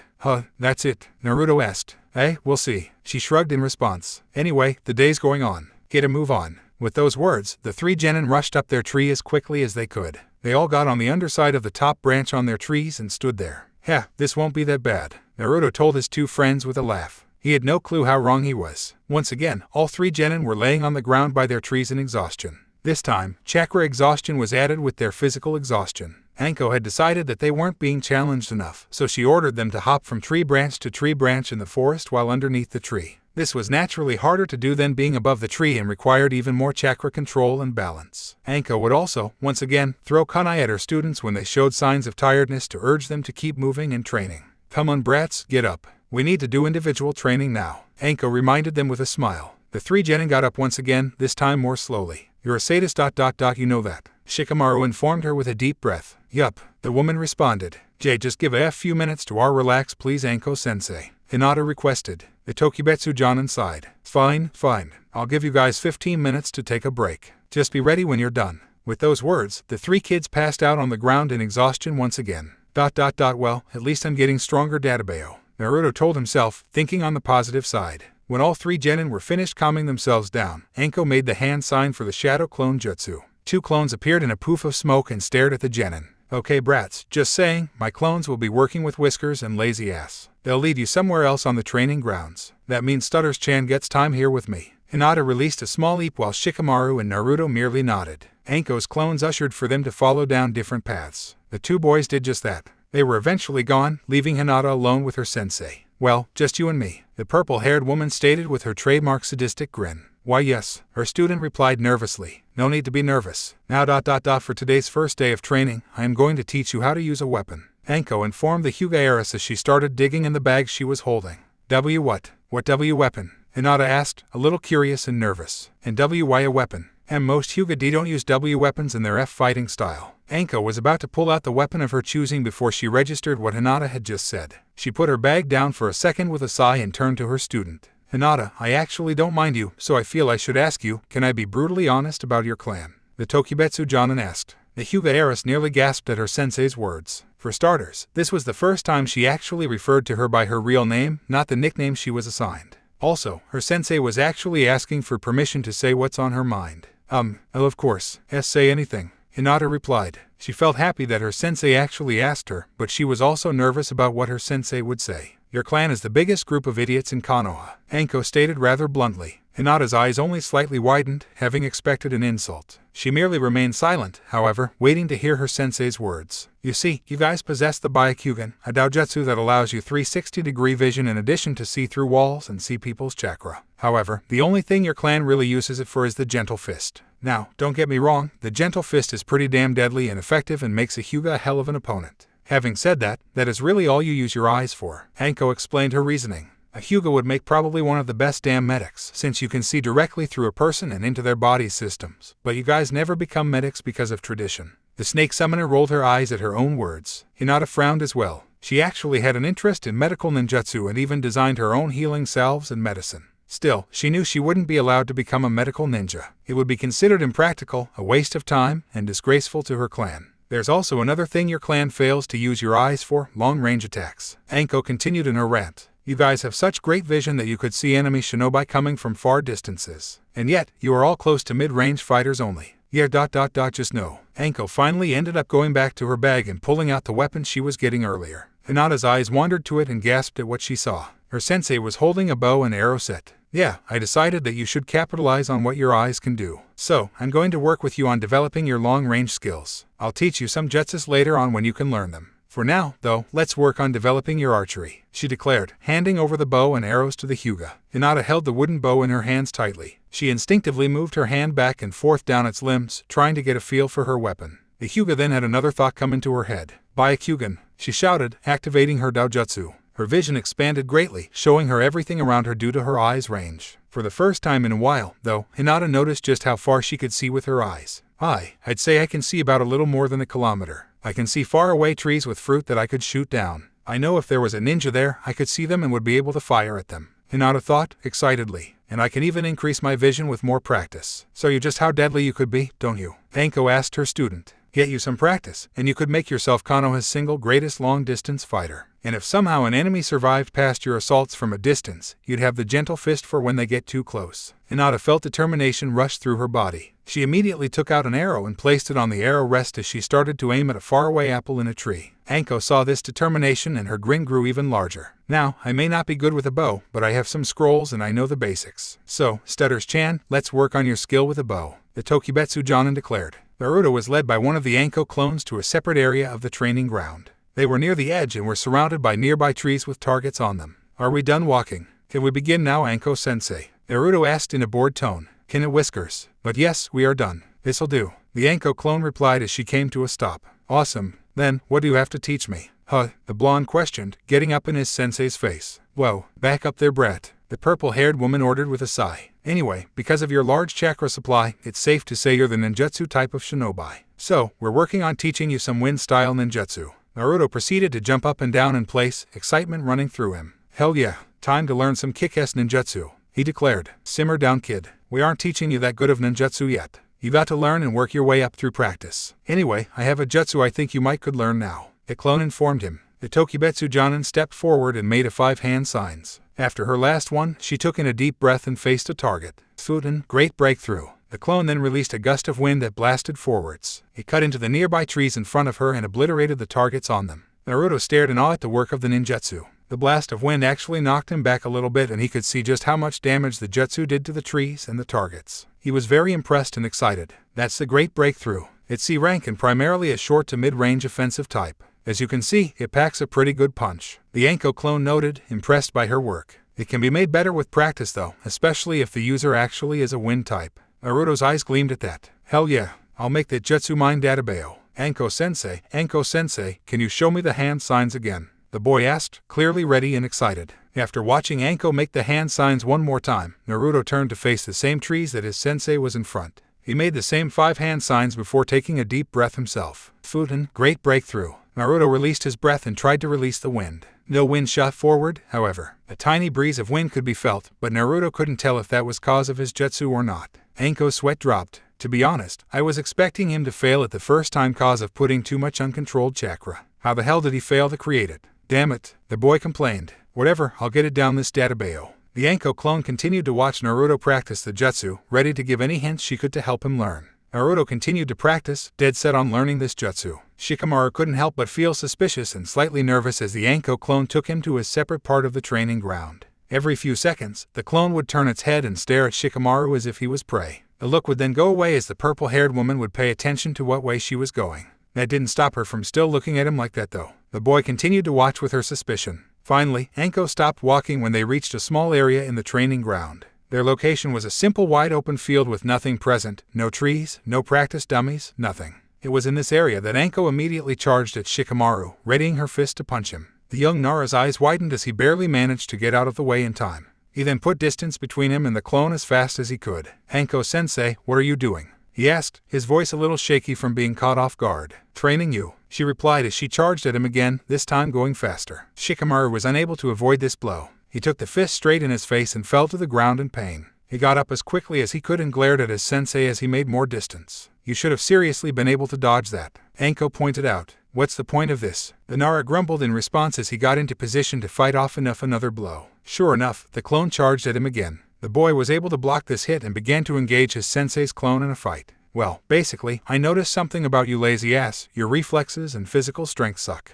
The purple-haired woman told him bluntly as she attempted to deliver a kick at him. She made contact and knocked him down after a strike to his stomach. I noticed that in the test yesterday you didn't get involved really in the physical fighting, just all the planning and strategy. And according to the academy tests, you have one of the worst taijutsus. So, until we can work on your weaknesses and improve them, you're going to be stuck fighting me each day. Shikamaru groaned as he got himself up, both in pain and annoyance. He had heard the complaints about his taijutsu already too many times, from the academy teachers and his parents. This was nothing new to him. He couldn't help but get annoyed at his sensei's training. He's at all. He grumbled after he was finally up and ready to continue fighting. Hey, yeah, basically, I am going to force some physical strength skills into you lazy ass. So be prepared, she shouted as she charged again. Shikamaru sighed, mumbling something about pains in the ass before he got into position to fight off his sensei. After an hour of individual training, Anko ended the sessions and closed training for the day. All 3 genin seemed to be excited about this concept. Shikamaru was the most excited. He was completely exhausted having to deal with Anko's one-on-one physical training in addition to the previous sessions with his teammates. The boy was completely drained and he was surprised he was still standing. I am taking the first chance I get to take a nap.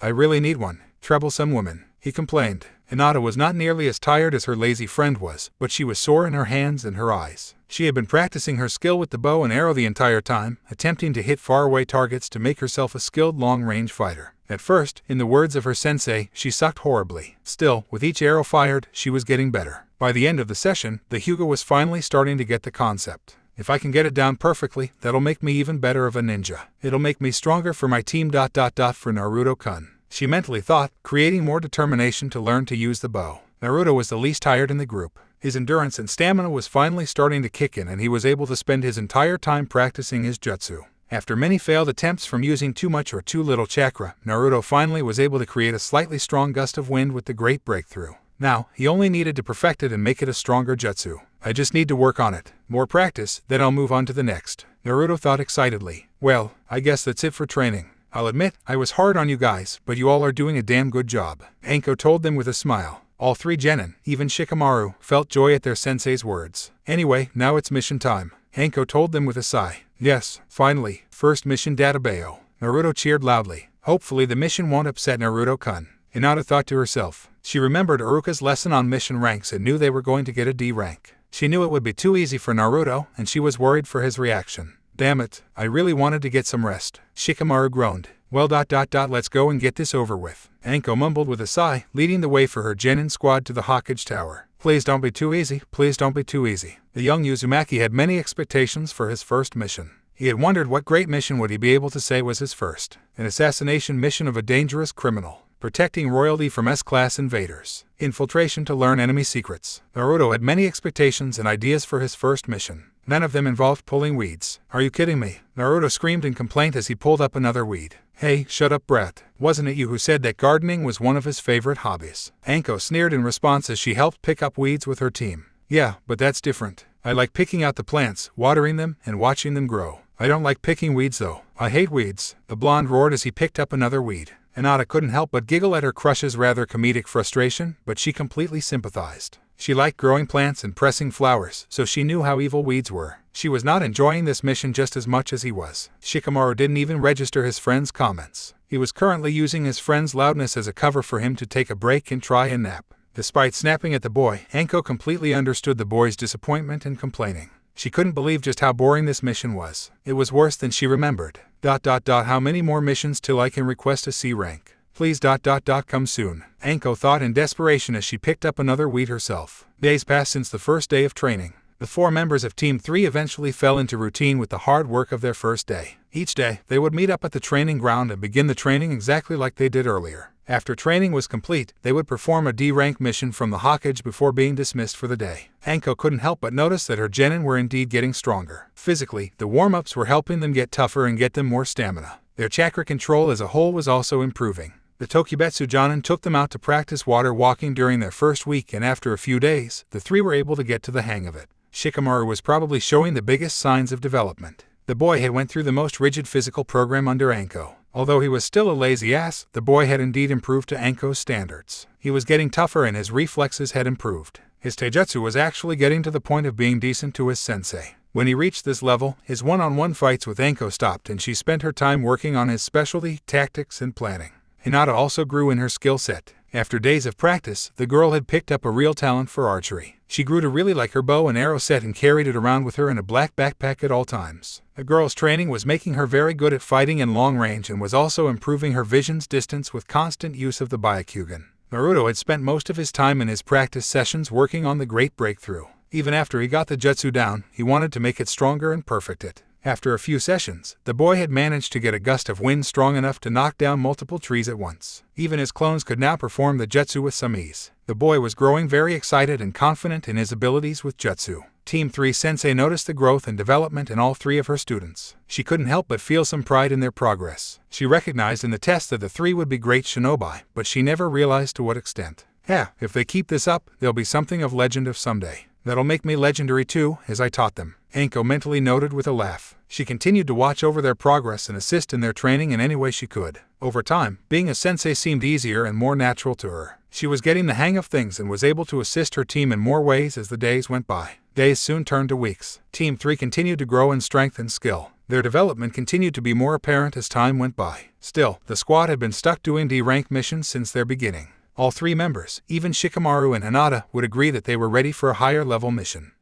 Back for another mission Team 3. Saruto Hiruzen asks the Genin team cheerfully as all 4 members walk into his office. Yes sir. Hinata speaks up for her team after realizing that no one else is going to say anything. The Hokage nods at the Hyuga's words and immediately looks at a list of all the available missions for the team. Well, there are some houses that need to be painted in the southern part of Konoha, and it seems like the daimyo's cat has escaped again, he mentioned as he looked over the list. Anko's eyes widened exponentially. Shit, abort mission. Must convince him of something else. Just no more damn cat. Hey, Hokage-sama, don't you think we deserve a C-rank mission now? I mean, we've done plenty of D ranks, Anko asked, laughing nervously. Who is Stutters-chan now, Anko-sensei? Naruto asked, teasing his sensei for the sudden stuttering. Hinata giggled in response. But she's right. Come on old man, give us a C-rank mission already. A C rank, the Hokage asked. Do you think your team can handle one? Well, Hokage-sama, my team has done plenty of missions over the past 2 weeks. They've completed more than enough D ranks necessary to request one, and I can say that from watching them, they're tough. They could handle one, Anko informed him.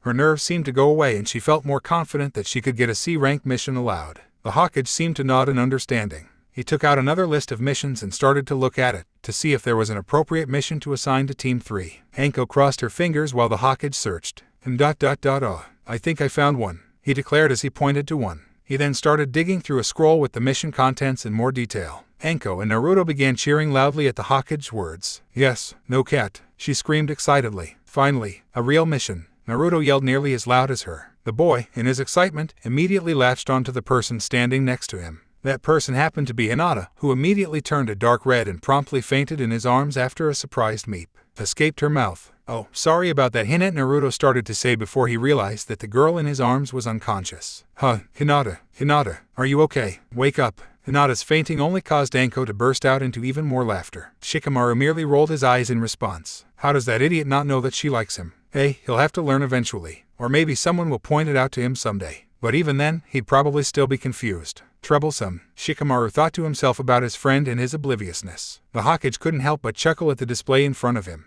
Oh, to be young again. After getting out all of the laughter, the Hokage started to speak to the awake members of Team 3. Your mission is an escort mission to Kusa no Kuni. You'll be escorting a wealthy merchant from Tsuchai no Kuni who is currently traveling in Hai no Kuni to see family. You will take him to the Tenshai Bridge, where you will meet a team of Iwa shinobi. They will then take the merchant and escort him back home in your place. The Hokage gave a brief synopsis of the mission. Sweet, Iwa is involved. This isn't some normal boring C rank. This is a good one, guarantee. Anko inwardly cheered. Iwa, Naruto frowned in response. Why do we have to deal with those punks, Databeo? We could just take him all the way home. For various reasons, Naruto. First of all, this was how the client requested the mission. He already sent out the request to Iwa and Konoha months in advance about the missions, so Iwa already has the mission. Second, Iwa is in Tsuchai no Kuni and it only makes sense that they bring the merchant home themselves. Finally, this mission is one of a few ways that I'm hoping can bridge the hostility between Konoha and Iwa. The war ended years ago and it's time that we look past what happened during it. The Sandim explained the reasoning. Naruto seemed to accept the reasoning of the old man, but he still didn't seem happy. Stupid Iwa. So, when exactly is the mission? And who is our client? All we know is that he is just some rich merchant. Shikamaru asked for the group. Your mission starts tomorrow. That's the day your client is expected to leave Konoha by. As for who he is, I will have Anko meet with him in his hotel room after we are done here. The rest of you will meet him tomorrow. Sarutobi informed him. Hokage-sama ... What about Hinata? Naruto asked, his voice with concern towards the girl still passed out in his arms. Sarutobi let out another laugh. Just inform of the mission and what you will be doing when she wakes up. Naruto nodded in response, still looking at his friend. If there are no more questions, then the genin are all dismissed. The Hokage informed them. Naruto and Shikamaru said goodbye to the Hokage and their sensei before leaving the room, with Naruto carrying the still passed out Hinata. Anko and Sarutobi watched the genin leave, both laughing at the display. Oh, those brats. Something about them, Anko stated in between her laughter. You've seen to taken a soft spot to them, Anko. Enjoying your time as sensei? Sarutobi asked cheerfully. He knew he had kind of forced the position of sensei onto the woman, so he was pleased to see that she was actually enjoying it. Well, I don't mind it. They aren't bad kids or anything. The snake summoner shrugged. No, they aren't. The Sandim nodded in agreement. Anyway, on to business. Let's go introduce you to your client. The Hokage made the hand sign for the shadow clone jutsu and created one clone. The clone Hokage led Anko out of the room and directed her to where her client was staying. The real Sarutobi remained behind, dealing with the #1 nemesis of his entire life, paperwork. 9 silhouettes stood atop large rocks situated in front of a large statue. 7 of the silhouettes seemed blurry and almost see-through, as if they were not truly present. Zetsu, the Jinchuriki is leaving his village soon, correct? One of the figures asked in an authoritative voice. Yes, another figure, Zetsu, responded. Unlike the other 8, this figure took the shape of a Venus flytrap.